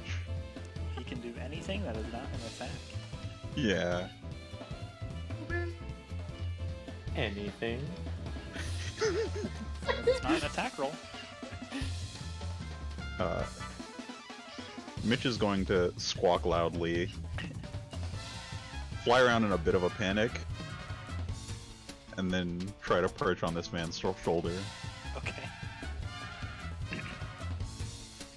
Are you helping this man? Or are you helping somebody? Or... No. Mitch is Mitch is helping himself to the fruit. Uh-huh. Owls don't eat fruit, which brings us to Zoaz. Zoaz, having seen the explosion, you know, like over Makayla's shoulder, he saw it explode after Chuman sent an arrow its way. Zoaz is going to turn as, you know, Makayla sort of shoves the method over into the fountain. He's going to turn and take a page out of her book and is going to, try to shove this method away. Okay. Go ahead and roll athletics.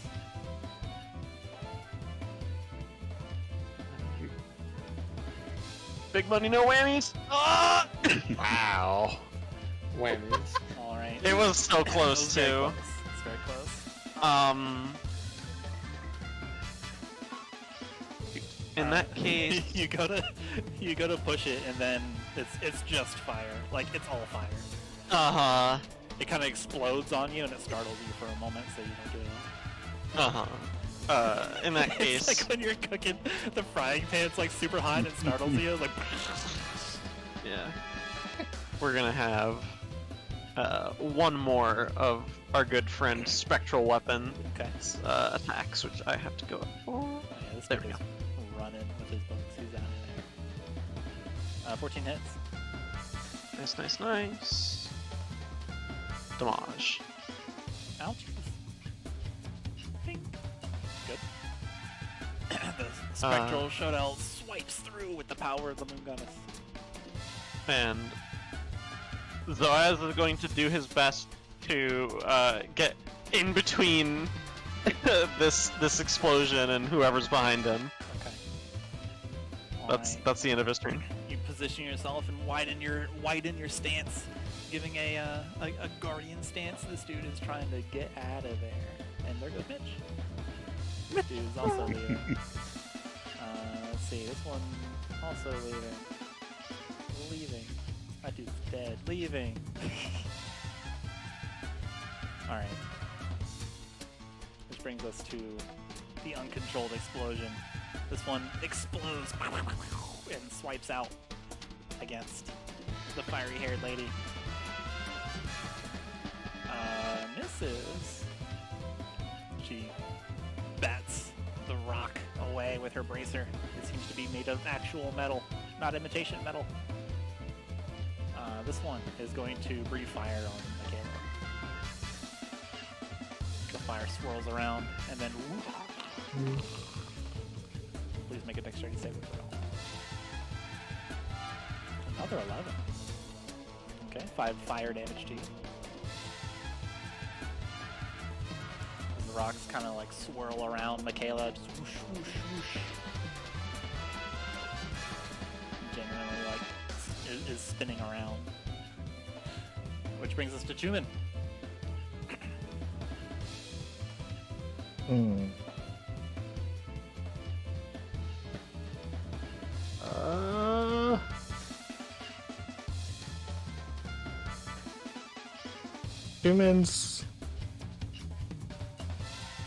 Chuman's gonna fire 2 arrows. Oh, one wait. at. Pardon me. It's actually Chuman, Xalia, and Pastiche, and Twig. Group initiative. Whoa. All right. Got it. But- Bailey, Oh, let's go. an investigation check. Okay, go ahead. But continue, Chuman.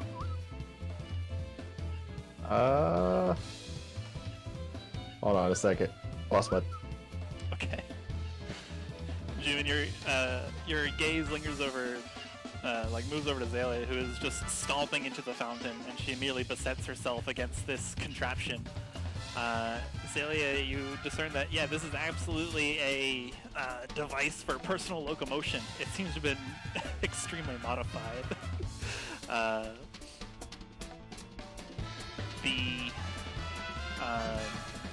The metal backpack sort of thing is actually just kind of like a containment valve, and has been blown open, just completely destroyed. It's effed. And inside you see like many kind of like arcane designs and sigils designed for like containment or abjuration. Yeah, this thing is ultra destroyed. Something bad happened. Probably an explosion caused this. You can hear behind you this dulcet voice. Wait, no! That's my thing! Please don't touch it!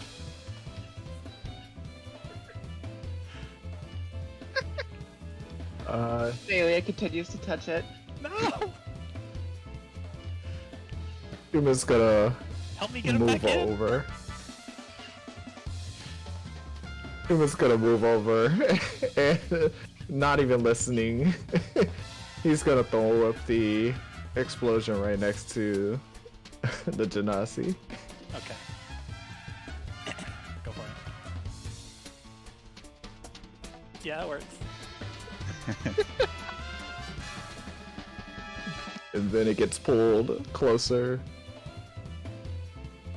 It's nice. 10 feet, 10 feet. Zoop, zoop. There Yep. you go. You manage to thorn whip, whoosh, and then ensorcel the rock towards you. It explodes the entire way. Just And I think that's it for Chuman. okay. Go ahead, you two. As the Pastiche, meanwhile, go ahead. is going to pull out Envy and start swinging it around. Fling some paint at this explosion over here. Okay.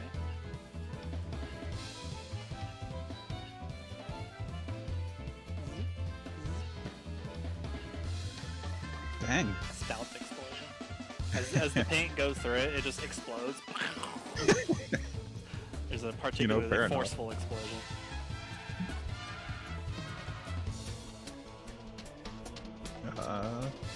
And we're gonna stay perched right here on our sniper spot. Okay.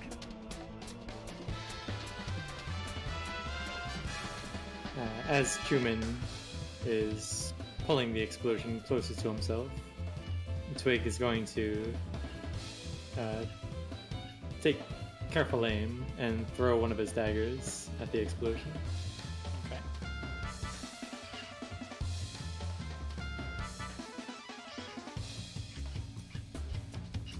You aim carefully. Close one eye. Stick your tongue out, maybe. You get that extra Definitely. gumption, and by golly, 26 hits. Oh yeah. Okay. You got a sneak attack on that? Yes. Okay. It's barely hanging on. And then... Anymore? Not anymore! Oh, I didn't do that. No. You are dead. Defeated. Alright, yeah. Destroyed.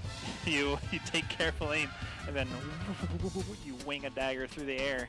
It clambers into the rock and hits it at just the right spot, where it sploosh, goes down into the fountain. You can see it kind of like glow beneath the water. And then kaboom! There's like a little sploosh as it explodes under the water. And good thing too, nobody got hurt. It gives a nod to Chuman. Chuman nods back. Watch out, Zoaz, because this one's throwing its fire at you. It's a fire thrower. Not a I got chance. this, Watson. Protected by Selene, as it begins to wreathe its fire over you, the showdown swirls into it and cuts it. Makayla.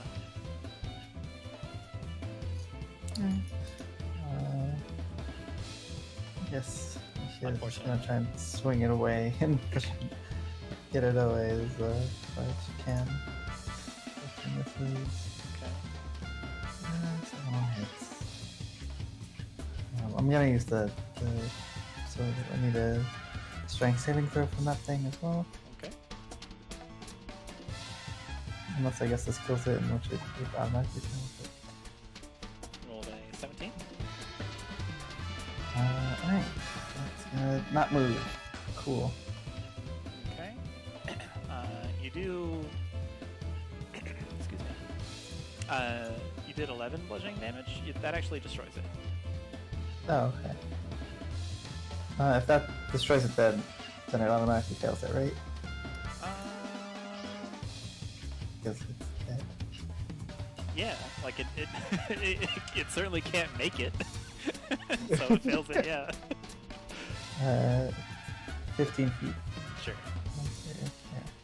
Yeah. You take Like your baseball swing. yeah, you Just- take your staff, and then unfortunately miss the first one, but you recalibrate and then baseball swing, poof, knock it out of the park. It gets a crack, and then as it hits the bleachers, it explodes. Cool. Okay. You all move. Stay there.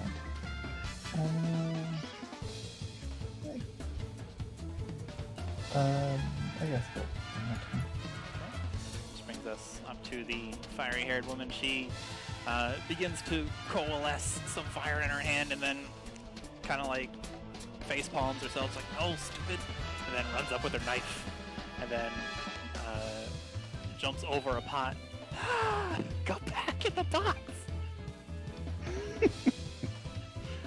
It's quite determined. Unfortunately, she misses. She lands and then stumbles a bit, just kind of like upper torso, like super forward. Ah! It looks unsafe. Not proper dagger wielding etiquette, which brings us to Mitch. Mitch is currently being carried away. I think Mitch is gonna cool down a bit. Okay. Notably less panicked, but not making an effort to move on their own.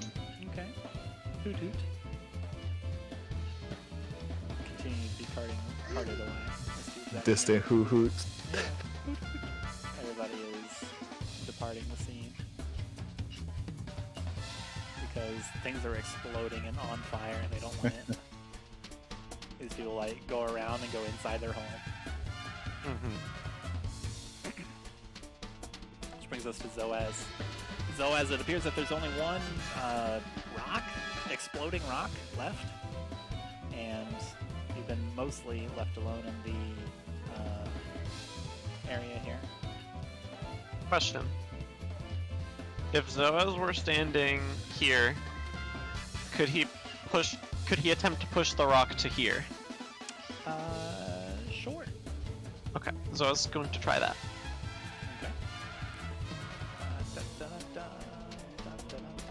Oh my I'm sorry.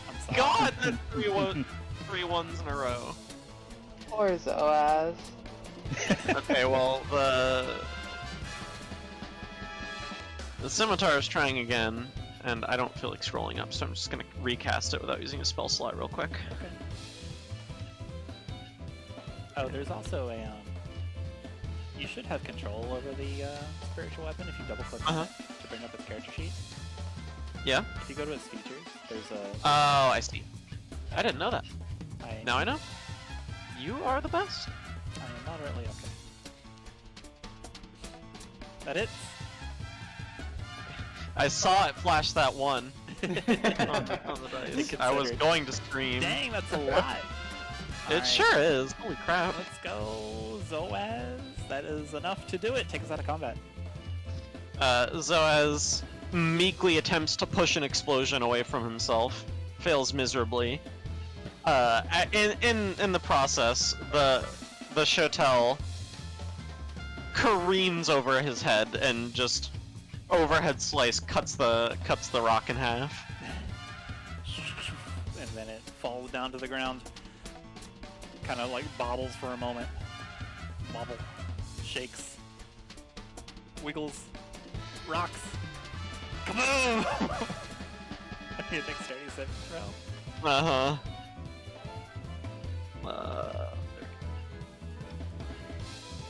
I got this. Hey, yeah, you sure do. I kind of do. She doesn't though. Oh, no. Oh. You notice that she is just rocked by this exploding Oh, rock wait. and she's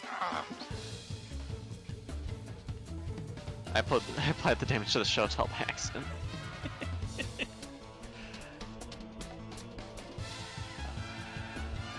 think. Okay. Problems. Alright, and with that done, we're no longer fighting. Uh-huh. The lady looks around as combat winds down, and this fountain is no longer constantly exploding. She looks around. Gosh, thank you. Okay, let's see. She's like snapping her fingers, trying to take stock of where everything is. You can see her like run towards one of the paths, just like peer down, crane her neck around, and then she's running towards all of these rocks that the fires and explosions have devolved into, and she's running around picking them up. She's like, "Quick, help me! I need these back!" And you see this kind of, lady just dressed in light, quick clothes, just puffy and frilly, and just fiery hair swinging everywhere, just shoulder length, and she's just grabbing these rocks from the ground, just shoving them into a satchel she has. You need them back. Yes, they're very important. They were attacking innocent people. That's why I need them back. The Shotel, bobbing in the air vigorously, like as Zoaz was like gesticulating at this woman. The Shotel is in concert with him moving, and it is going to slowly fade away. But Zoaz is going to continue his verbal assault as he tries to comprehend what this woman is doing. I'm sorry! Zoaz turns and sees the dead person on the ground. It They doesn't look very killed good. someone! In fact, I'm sorry. Zoaz, no, they killed someone and is going to start running over. Alright. What are the rest of you doing? Makayla would be moving around, trying to like yell. Is there anybody else injured or hurt? Do these things get to anyone else? You Making sure there's no other injured people Yeah. like around. look around and you take a good glance and you notice that there isn't anybody like lying prone or anything. There's no one kind of like holding their arm or anything. You see most everybody just running away from the scene. Just over the course of a few seconds, it definitely managed to scare more people than it hurt, but somebody definitely got hurt. You can see, that foppish gentleman that Pastiche was talking to. He's running. He left his fruit and everything and that kind of stuff. It doesn't appear that anyone is hurt, Makayla.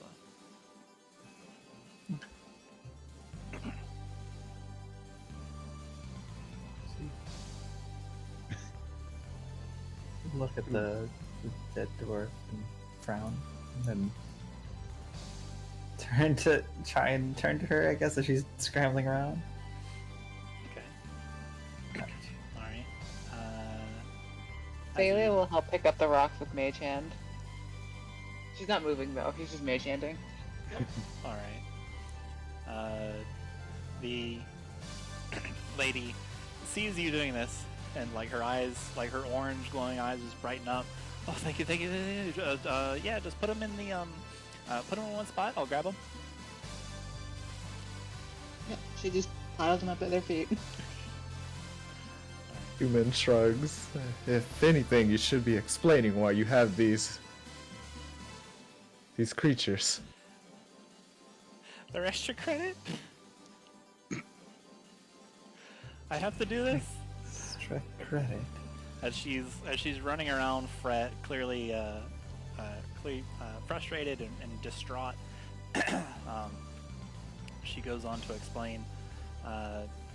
She yells out, "I'm conducting research. If I get this right, I get an introductory letter, and then that's gonna start my career. It's gonna be awesome. I'm so sorry." And then A sparker, I presume. she finally collects all of these bomb rocks and then puts them in her bag, and then she's now working on getting her bike out of the fountain. Meanwhile, Zoaz is freaking the hell out and is going to see if this man can still be saved. Alright, a medicine check. Alright, Zoaz, extremely concerned. You slide on your knees. Baseball slide. Yeah, you baseball slide next to this dwarf man who has been rocked by an explosion.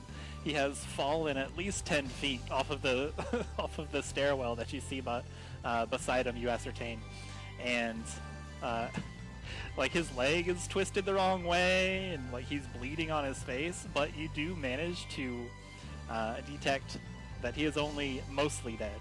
Mm. Only half dead. Your wounds. Alright. Smile. This fixes it, right? Let's find out. All right, yeah, you take it, you take his leg and just kind of like you're glad for a moment that he's not conscious and just put it back the correct direction. Oh, someone help me. And then take a deep breath and move your clawed hand over over his face, and as you wipe it away, which so too comes the blood and his wounds close up, and oh, whoops! You kill him harder. Healing. There we go. He's back at full. Actually, already an undead, so your healing hurts him. That's the real And thing. the Curse of the Wanderers kicks in fast around here. All right, and then you hear, ugh. What happened? I feel like I got hit by a. Ugh. Who are you? Zoaz ignores the man and just flops flat on his back and just breathes a sigh of relief. Pastiche is going to approach the fountain as this Genasi is digging through it, scavenging for her bike. Yep, that's what she appears to be doing. She's got Her like the nest. handlebars. She's just trying to like drag it out with grunts as she exerts force. The pillars collapse on top of it. She's like, ugh, ugh.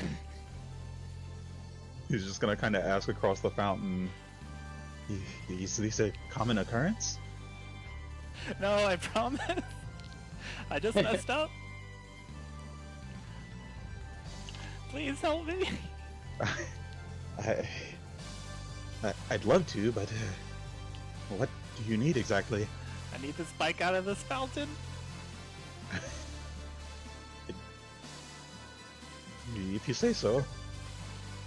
It was a Pastiche birthday is going present. to- I got it when I was 6 years old. Pastiche is gonna reach in and try to dig around for parts. All right. Yeah, you and Xalia and anybody else in the town can clearly see the bike. The bike is miraculously still intact. Like overall, it's just the this canister question mark is trashed total. But yeah, you can manage to help her get it out of the fountain. The entire time she's apologizing profusely and just kind of like looking around, very concerned. Like her fiery hair just like whips around as it licks the air, and she just has these quick, huge head movements. She's looking around, just looking for something clearly. Meanwhile, Chuman, as he walks towards Zoaz and the dwarf, fills in what happened to the dwarf. You were attacked by an explosion beforehand. How are you feeling? An explosion, you say? I'm feeling like I got hit by an explosion. Well... And Chuman just nods silently. Ugh.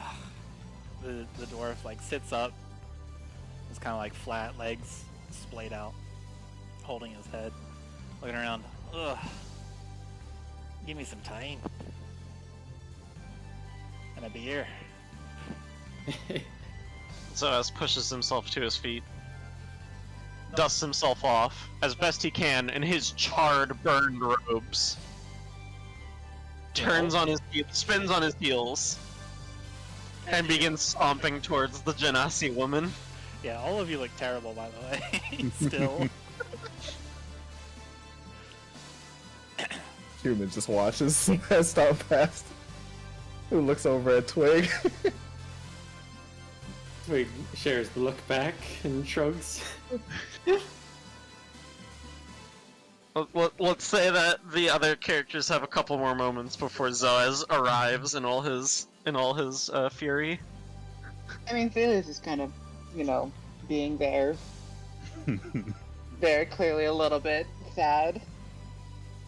Yeah, it's no more explosions for you. I shouldn't have explosions. Makayla's like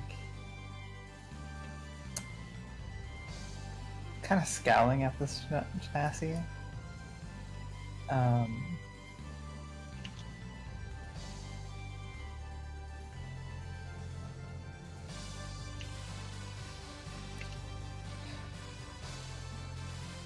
Okay.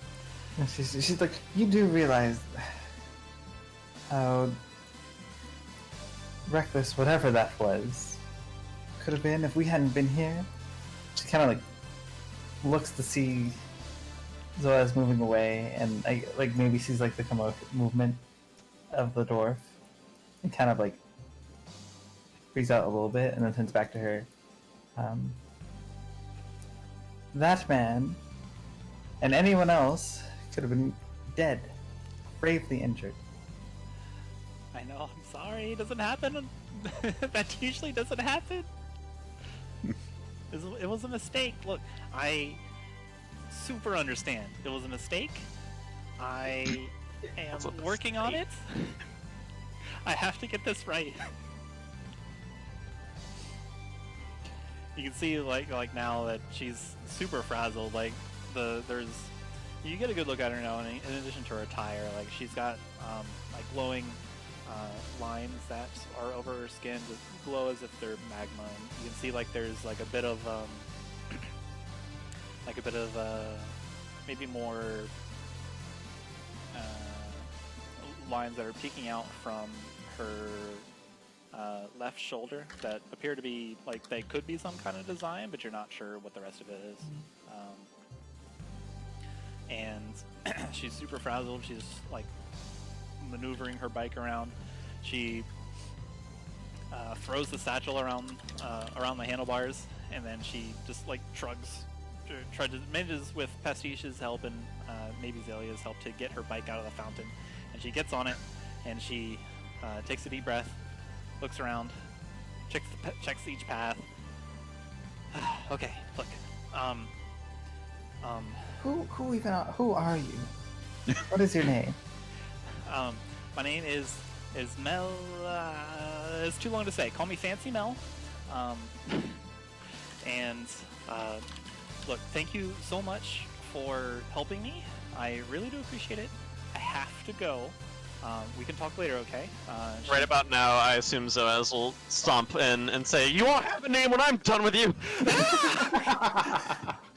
You could have killed so many people. I know. I'm sorry. Tell that to the people you could have killed! They're gone! They left, they ran away, I can't! Have you considered working on this in a less crowded area? No. There's a whole lot of desert out in the desert. I have to do it here because my home is alright. Here, look, I have to go. She takes like a piece of paper and just like a little like a quill without the feathers, and then she's like pushes it like up against Zoaz, and like she's writing on the piece of paper using Zoaz as a hard surface, and then she like thrusts it into Zoaz's chest. Like, look, that's where I live. We'll talk later. I have to go. Let me properly thank you some other time that is not now. I have to go. My name's Fancy Mel because my actual name is too long. Listen, she points at Pastiche. I have to do it here because it's for Bufuga, and he's gonna give me an introductory letter. That's why I'm doing it. So I really, please, I'm sorry. Thank you. I have to go. And then she's gonna get on her bike and leave, unless somebody says otherwise. Zoaz? Zoaz is... He cannot speak. He is astounded. think around this time, Chuman is like walking up and just puzzled at the entire situation. Xalia, you feel a couple taps on your back, and then you look around. It's Fancy Mel, and she like looks at you and smiles and like nods vigorously and mouths "thank you," and she's acknowledging that you helped her. She'll get a double thumbs up. One thumb comes out of the knuckle of the other.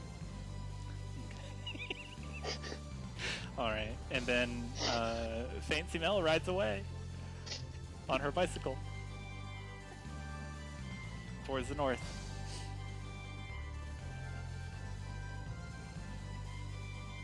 Well, that's not quite what I was looking for.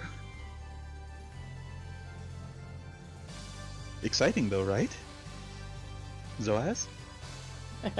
Zoaz turns and looks at you and says nothing. I do not like her. Makayla says, kind of like, I think I have decided that I agree with you, Makayla. Around this time, you hear some shouts from the eastern path. Where? I heard it over here! And several Doomstriders come up with their big, huge oval shields. They're Loxodons again, still. And they've got their flails out and ready. They're looking around. Where? Satizen! We heard explosions. What happened? Please. We think it came from here. Where are the? Did you just say Citizen? Yes, I did. Okay, cool. Zoaz has the piece of paper that Fancy Mel wrote her address on, correct? Yes, you do. yeah. Zoaz is going to say, a Sparker apprentice crashed an apparatus and harmed multiple civilians, nearly killed another, who was only saved by my quick act, by the action of myself and my friends in duress. This is her address, and hands them the slip of paper. One of them, the middle one, takes it, but gives you a quizzical look. We don't have any Sparker apprentices. There isn't a Sparker headquarter here. They have no guild. Zoaz is going to... So he takes the piece of paper. It's currently Zoaz in his Zoaz hand. drops his shotel, and then puts both hands together over the bridge, over his nose. And then says, "Excuse me a moment." Walks over to the fountain, dunks his head in it, and screams.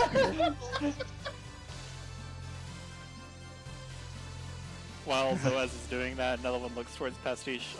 Were the explosions here, or were they further along? The streets are winding, you see. We'd like to help.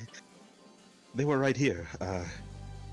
I believe we've taken care of the problem, and don't be fooled by our clothes. We had nothing to do with it. Make a persuasion check. He like looks at you like, why would you say it like that? What are you doing? That seems oddly specific. So as that's happening, Chuman walks up and it just says, we have a wounded dwarf over here to the right. If you could please send him to some medical attention. Yes, and I believe there were more who might have been injured but ran off to the east. Or, sorry, to the west. Yes, certainly.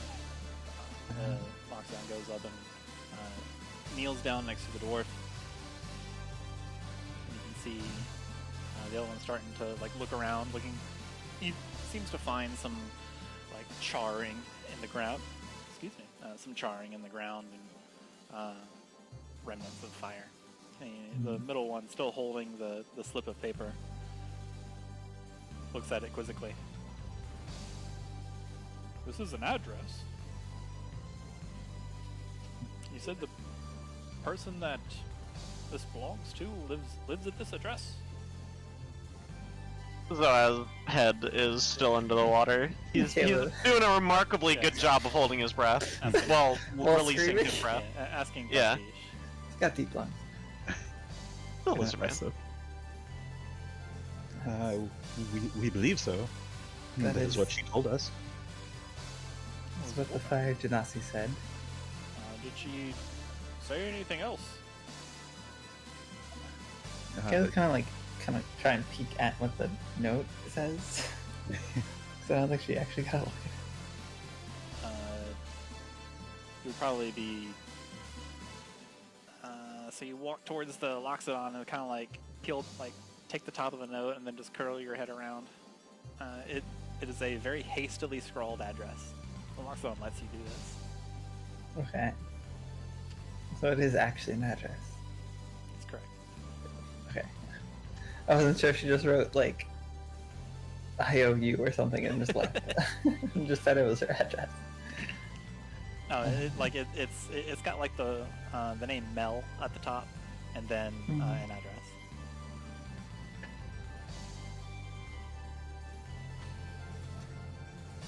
Well, that's what they had said, but none of us are from here. Don't actually know where that would be. Is there something of note about that location? Oh, I have a feeling. simply The way you gathering said it's information. just... Okay. The way you asked made it seem like it was some sort of non-existent place. Speaking of gathering information, as witnesses to this, I would like to take you all in for questioning. I know no one ever likes it when it gets put that way, but if you'll please. Zoaz is now above water. We're just And- slowly backing away. Human just walks over to the fountain and just sits down. So much for rest. I told him I wouldn't get in trouble! Zoaz yells to no one in particular. The Loxodon locks Maybe eyes just- with you, Twig.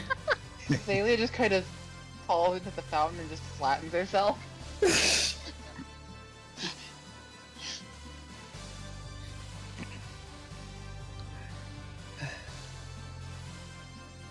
Very well. You all look the worse for Good wear. that process. It has We- been a long journey. We have been put, I believe it said, through the ringer. Surprisingly large amounts of flames we have encountered. Okay.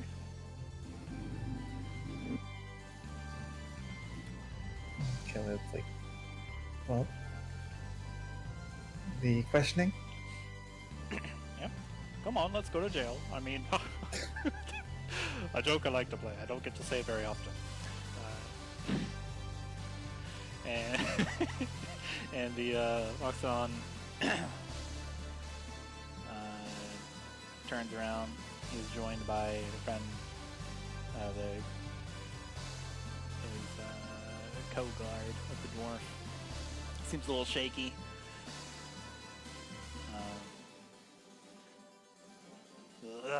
It was him. It was that one. He helped me. Loxodon looks down at the dwarf. Oh, they helped you. You helped this man. He said he was on the brink of. He said he was on the brink of doom from explosions. Yes, I did. As a Moonlight Shepherd, it's somewhat in my job description to help those in need. He's very good at it. I do my best. Xalia has gone fish mode and is curled up in the fountain. I assure you, you won't need to question all of us. We somewhat redundant. We all saw the same things, and I assure you that none of us are trying to lie or do anything. Sorry, none of us are trying to lie or obfuscate the truth. I think some of us kind of like looks over to see Xalia and the quick glances at Xalia in the fountain. Some of us don't do well in question interrogation environments. Make a persuasion check. We'll say with advantage. Oh, okay. Roll that again. Alright, well, I'll definitely take the dirty 20 over the 10. Alright. Thank you. Okay. They all kind of look at each other, and then look at the dwarf, and then you can see the two of them kind of peer at you real hard. Zoaz just kind of lean forward. See your attire, tattered as it is, charred, burned. Eyes then, pause upon your staff with the obsidian shards, kind of slowly spinning in air. Clearly a mark of those trusted by Selene. You can see their chunks kind of wiggle, and then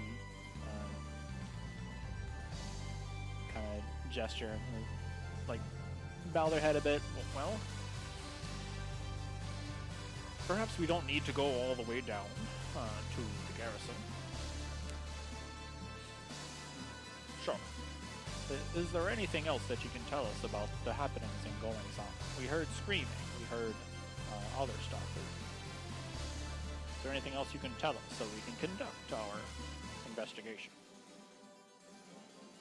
My understanding, although I suppose it is a bit limited as a result of the misinformation I nearly supplied to you about her being a Sparker. My apologies. As I was having notably had a moment to calm down. Now the scream has done him good. Is that this woman, and I believe her name was Fancy Mel, crash landed an apparatus into the fountain, and the I suppose elemental creatures that were powering it escaped and harassed and beleaguered the residents of the city. Fancy Mel. That was the name she gave us. Makayla's like nodding to just collaborate, whatever, verify that he's saying was true. Pastiche interjects. I assure you she meant no harm. Go easy on her, will you? You can see Lockstone's kind of sigh. Meltisserie. Well, She seems to have crossed your path quite often. she tries not to, which is indicative that she's not here. We'll get to her. We already know where she lives.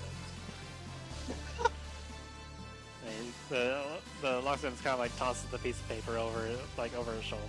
It kind of just floats to the ground. Thank you very much. Assure you this won't happen again. Are you residents of the city? I guess perhaps not, since you are accompanied by a shepherd. Please, don't let this color our city in a different light any other than grand and bright. A little excitement never hurt anybody. Makayla like squints at that. Except for this young gentleman, which we will be taking into our care. Please, enjoy Lampshade. And we'll talk to Meltisserie. So long. Do you have a place to stay? Do you need medical attention, since you mentioned that you staved off this unfortunate event? We passed the inn on the way here, but we don't have a place to stay for free. Not many people do. Make a persuasion check.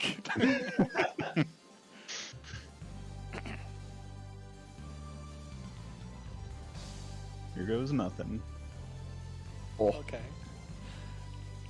Well, indeed, perhaps not, since you are travelers. But you would have to have a home or something like that. We'll take this fellow in. He'll tell us what he saw, and then we'll give it him out. Oh. All right. Everyone okay? Everyone feeling well? Can you breathe there? You're certain you don't want to offer us anything for our information? I am offering not to take you to the garrison, sir. Zoaz gives Pastiche a look. Whips his head around, stares very hard at the back of Pastiche's head. Chuman mockingly says, "Go ahead, I'm sure they could use the company." Pastiche locks eyes with Zoaz. Yes, friend?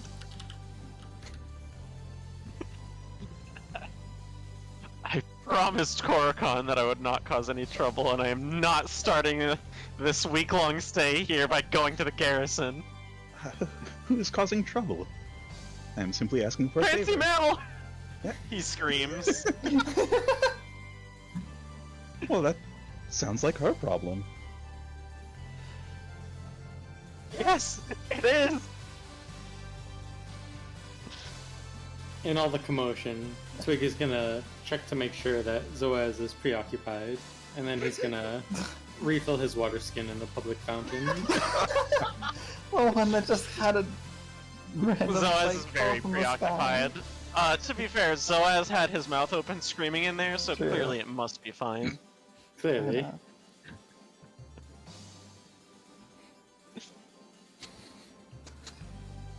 I'm looking at your passive side of hand. Yeah, that's fine. Sure. Well, to be fair, Zoaz is very preoccupied with Pastiche right now. Yeah. Go ahead and write in parentheses on your water skin, fountain water. That won't come up later on.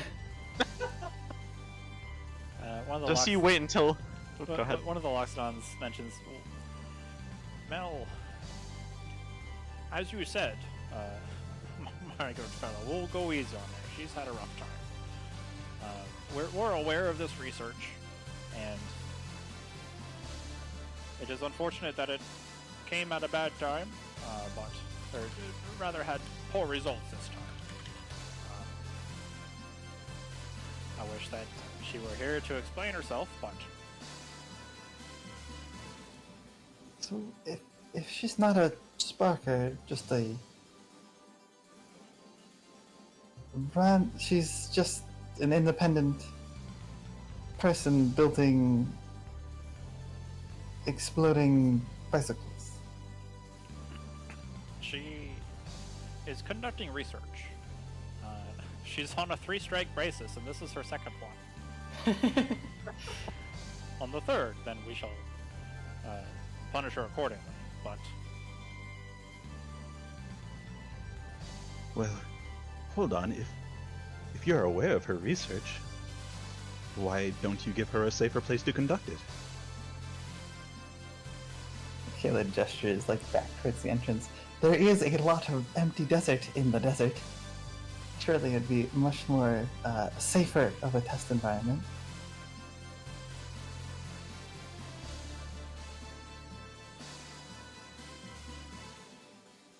you can see them kind of like look to each other. There's this long pause.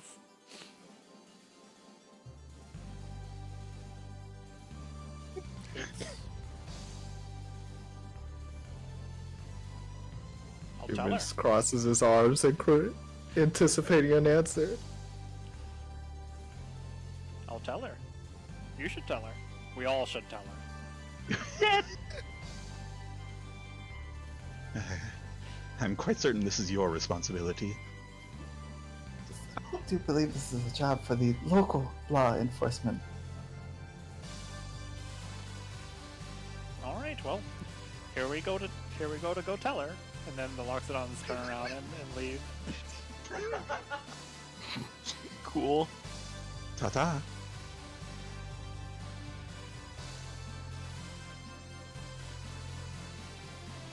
And you are left alone with a destroyed fountain.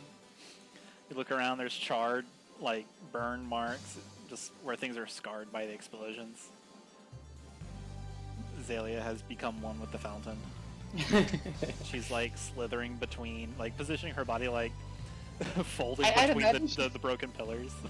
Yeah, I'd imagine she's like, you know, since she's elongated in snake-like hick and fish form, she's kind of like curled around whatever's there, bulking. And you are by yourselves once again.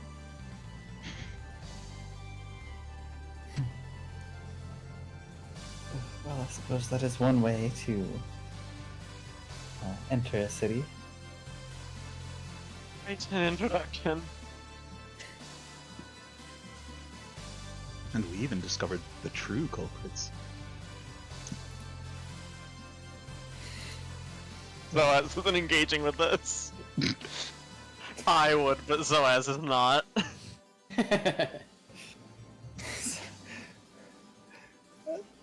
Makayla's like, sorry, what did you just say? Like, kind of just like gives you a look. I'm like, what?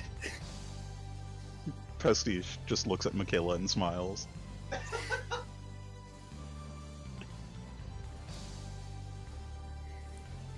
Makayla, I guess, just shakes her head. And just does like the pinches the bridge of her nose and just waves it off, like whatever. Well,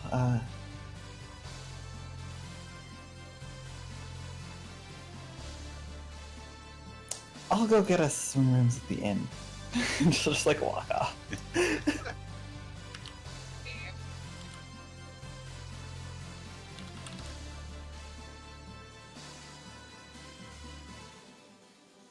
Chuman now realizing that he forgot to ask about a clothing store at the Doomstriders. Just gets up and walks with Makayla.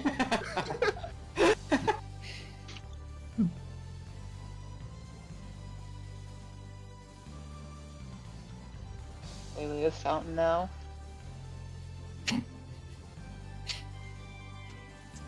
Xalia do be found. Pastiche is going to lean into the fountain. Are you alright in there, Xalia? You're gonna see bubbles just burbling up from where her head is. Ah, that's good. Well, whenever you're rested.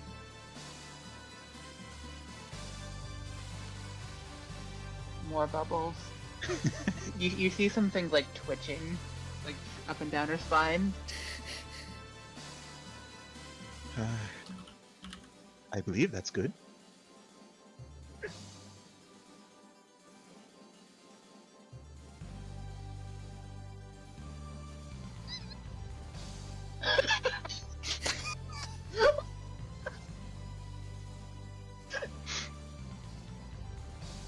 Twig is gonna pick up his fallen dagger off the ground, dust it off from the ashes and dust, and check in with Pastiche and Zoaz.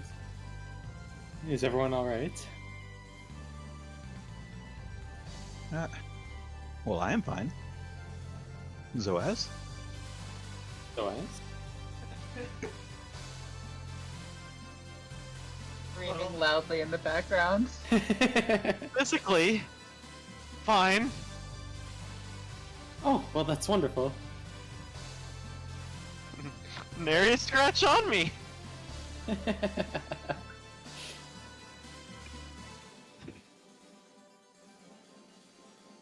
It has been maybe the shortest long day of my life. Oh, come on, Zoaz. We've already been through far worse. That is true. Wish I didn't have to say that about a nice day on the town. We all have our wits about us, and no one is hurt. That's, Look on the bright side. That is true. That is certainly true. Zoaz considers that perhaps this is not the worst outcome for this situation. Nobody permanently hurt.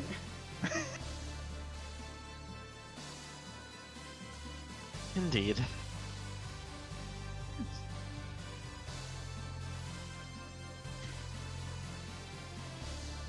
Pastiche is going to reach into the fountain and pat around for Xalia. Find some slimy scale with, is that fingers? Yep, that's her. There she is. Xalia, I believe we should be going now. She'll just like neck first, up, plop out like a dying fish,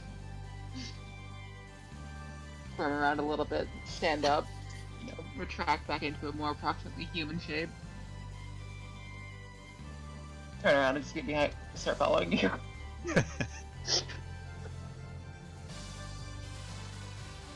And at this point, Pastiche is going to start trying to catch up with Makayla and Chuman.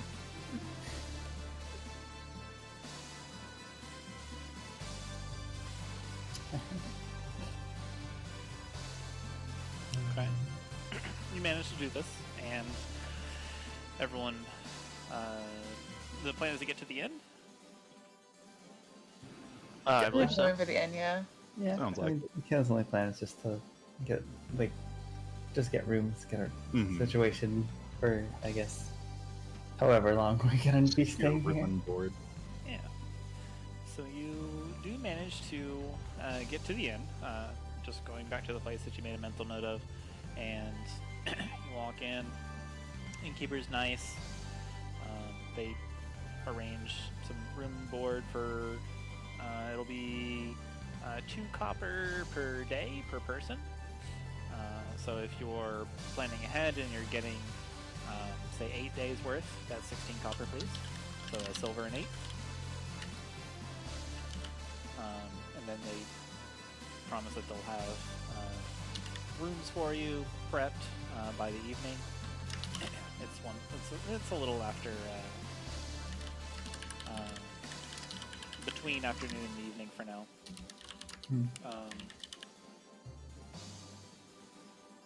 And you notice that they offer room service. You notice that they have like fresh towels, that kind of thing. There's an indoor pool. Ooh. Fancy. And in. And only 2 copper per night, yeah. And all? Wow. Crazy. And yeah, you achieve in rooms. No need to go through the whole hoopla for that, standard stuff. Well, And unfortunately, nothing interesting happens at the end. Sure. No more explosions? no more flying Maybe some bicycles. people throw noise complaints at Zoaz screaming into his pillow. I can do some maybe not. Asking you shall receive. Keep asking. There's more fancy mills out there. Uh-huh. Surely. I've only got one We- fancy mel per session. We, all of us, are fancy Mel on the inside. Oh no. Inside? We, all of us, are fancy Mel. Let's see.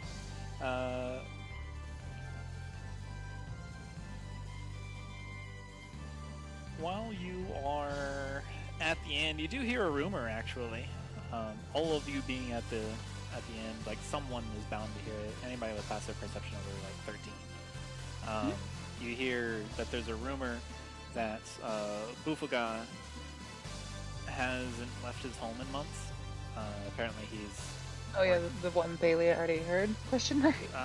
You haven't heard the name Bufuga except from Fancy Okay. Now. You Okay. have heard that that's a bookbinder, like the chief bookbinder, Yeah. has not left his home in months. But you can probably put the two together if you choose to. You probably would. And he's been getting people to run errands for him, but the people that he's asked are starting to be run a little ragged. There's also the rumor that the street corn is to die for.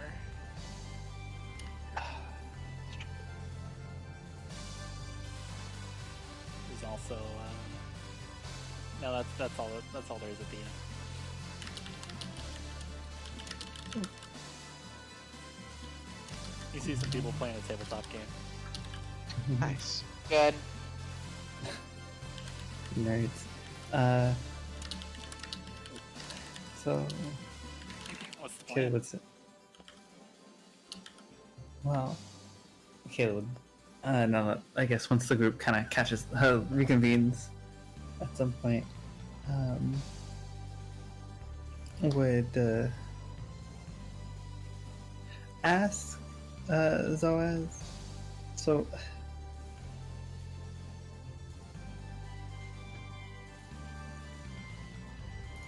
I'll be honest, I wasn't paying much attention to what exactly Khorzaire was delivering. How long and what exactly will be happening here regarding that? Zoaz looks around. Is there much of a crowd where we are right now? There's just the people like playing some kind of tabletop game, but you Okay. can get away from them easily enough. Yeah, I mean, Zoaz will kind of lower his voice. He's not trying to be suspicious or anything.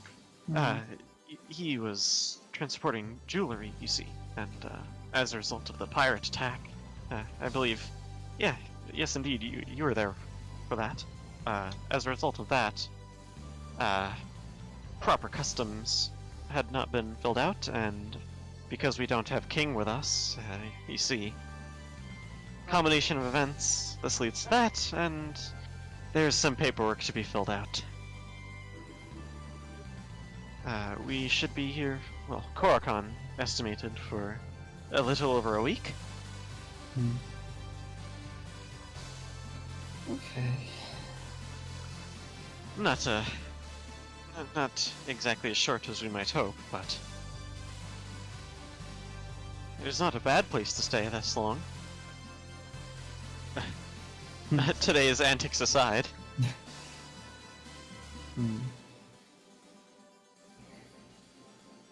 Well,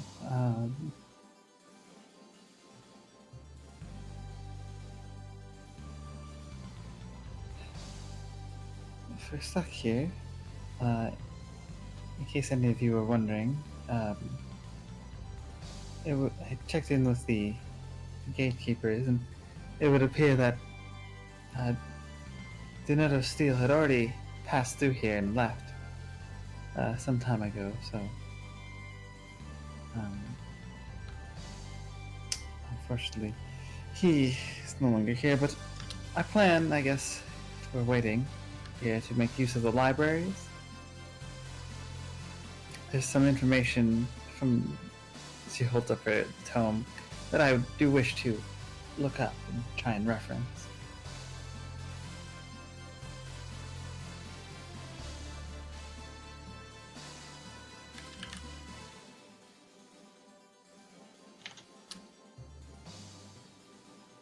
So, I suppose if you need me during this few upcoming days, that's where you'll most likely find me.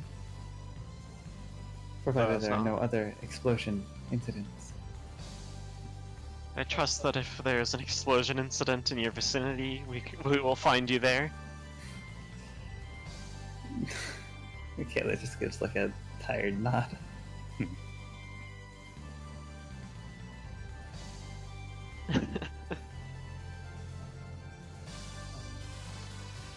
Zoaz can empathize.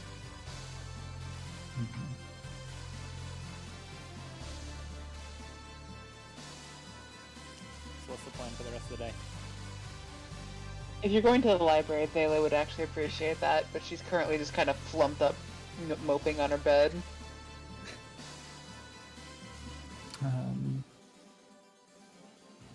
Well, I think if you just like stayed in your bed the whole time. Well, I think she would have kind of said that when we were going.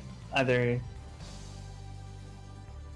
like when you all kind of grouped together at the inn, I guess, before people necessarily went separate ways and like stayed in there, because we didn't get the inns yet, because those won't be ready until like the inn rooms won't be ready until the night, the evening, and right now it's just sort of mid-afternoon. Alright, then she's curled up in a corner, making eyes appear and disappear at various places on her body.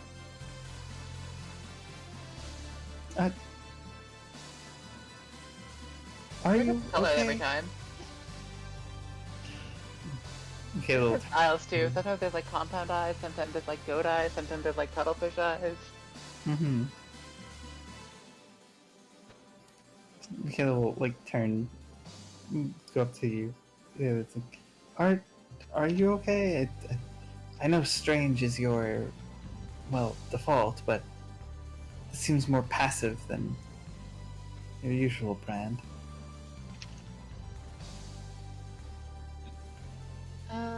She'll probably just kind of shrug at that.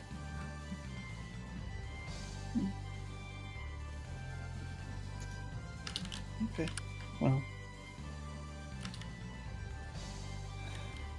I won't press it. Chuman speaks up. We should probably, get out of the clothes that we are in. Kayla like looks down as if this is like the first time he's actually noticing it. Makayla, you are burnt, charred, scarred. Your robes are in tatters, like giant holes where it's been burned through, slashed apart by claws. Kind of like lifts her arms. Oh, I suppose you're right. I have been through a lot.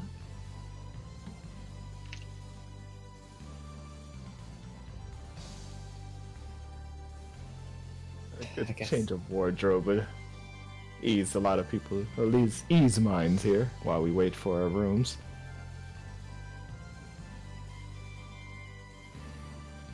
I guess we should go try and find a tailor then.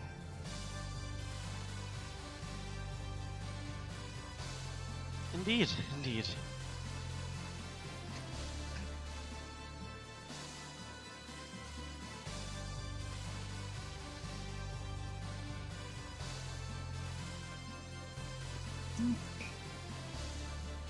Okay, tell me what you're doing. Guess if there's no objections to Taylor? Heading to find a tailor, yeah. What I Yeah. would assume would be the plan of attack. Yep. Alright, is Xalia also going? Because Xalia, you also notice that your clothes are also in not ideal shape, but up to Xalia if she... I think it's a case of if she's explicitly invited, she'll probably sure. If not, she's just gonna sit here. Okay. You do notice that your party members are exiting. Yeah. Okay. Alright. So, you all exit the inn, this brisk, lovely breeze of the sands of Lampshade. There's still like this spice, kind of like fruit and vegetable smell on the air. And as you start looking around for a tailor, some kind of clothing store, all of you working together, you do come upon it, but in a particular manner. As you arrive in, as your path takes you towards, the eastern part of Lampshade, and you see many tents, many colorful tents. There's stripes, like blue and white stripes, red and like yellow triangles that are adorning these tent posts. Many market stalls, people selling all sorts of food and other objects, like people selling books, writing utensils, nuts. They're selling mugs, glassware. It seems like this is the shopping district of the city. And then, as you arrive in this central location with the street peddlers, looking for a clothing store or somebody that is selling linens or armor or that kind of thing. Zoaz, you can hear a familiar voice singing a song. It goes a little something like this. Most people say they no can believe. Pines, we have the stuff you'll need. The fluffiest of the Khorzaire fabric, or import from fine nations elsewhere. Zoaz's face will light up at hearing this song, and he will immediately begin heading over. He is not. He is so surprised at this that he is going to neglect to explain to his party members. You all see Zoaz just straighten up and then walk quickly in a direction. You all follow him, and following the singing, Zoaz, you rest eyes on a handsome orc with impressively broad shoulders, chest barely contained in a light harness and subligar, and sporting the largest jaw on any orc on the continent. This is not what I was expecting this character to look like, but I'm down. Well, this is what you got. Describe it better next time. No, it's fine. No, it's fine. With a beard trimmed finely, there stands Volemia nobilis conifer, or pine, as he likes it, with a lot of clothes next to him. And Pine, my friend! Oh, Zoaz! Zoaz, Ituusk, what brings you here? And then he runs up like this huge orc hug, lifts you off your feet, and he looks behind you, like moves you out of the way with his arms. And friends! And friends! This orc has this giant smile on his face. A wild smile, and that's where we'll pick up next time. Nice. Alright, so you guys will have several days of downtime that you can just use to accomplish things that you would like to do. Cool. If it requires a roll, we'll roll it next time. But please decide what you're going to do. Maybe put it in my ear or DM it to me, and then we'll figure out the outcome in the upcoming session. And then we'll roleplay out what would need to be roleplayed, and that sort of thing. So just tell me, list out what you're gonna come up with as far as your downtime activities, and we'll kind of like do that all in maybe like initiative order. And after we're complete with everybody, we'll continue on with the adventure. All right. Good. Okay. And so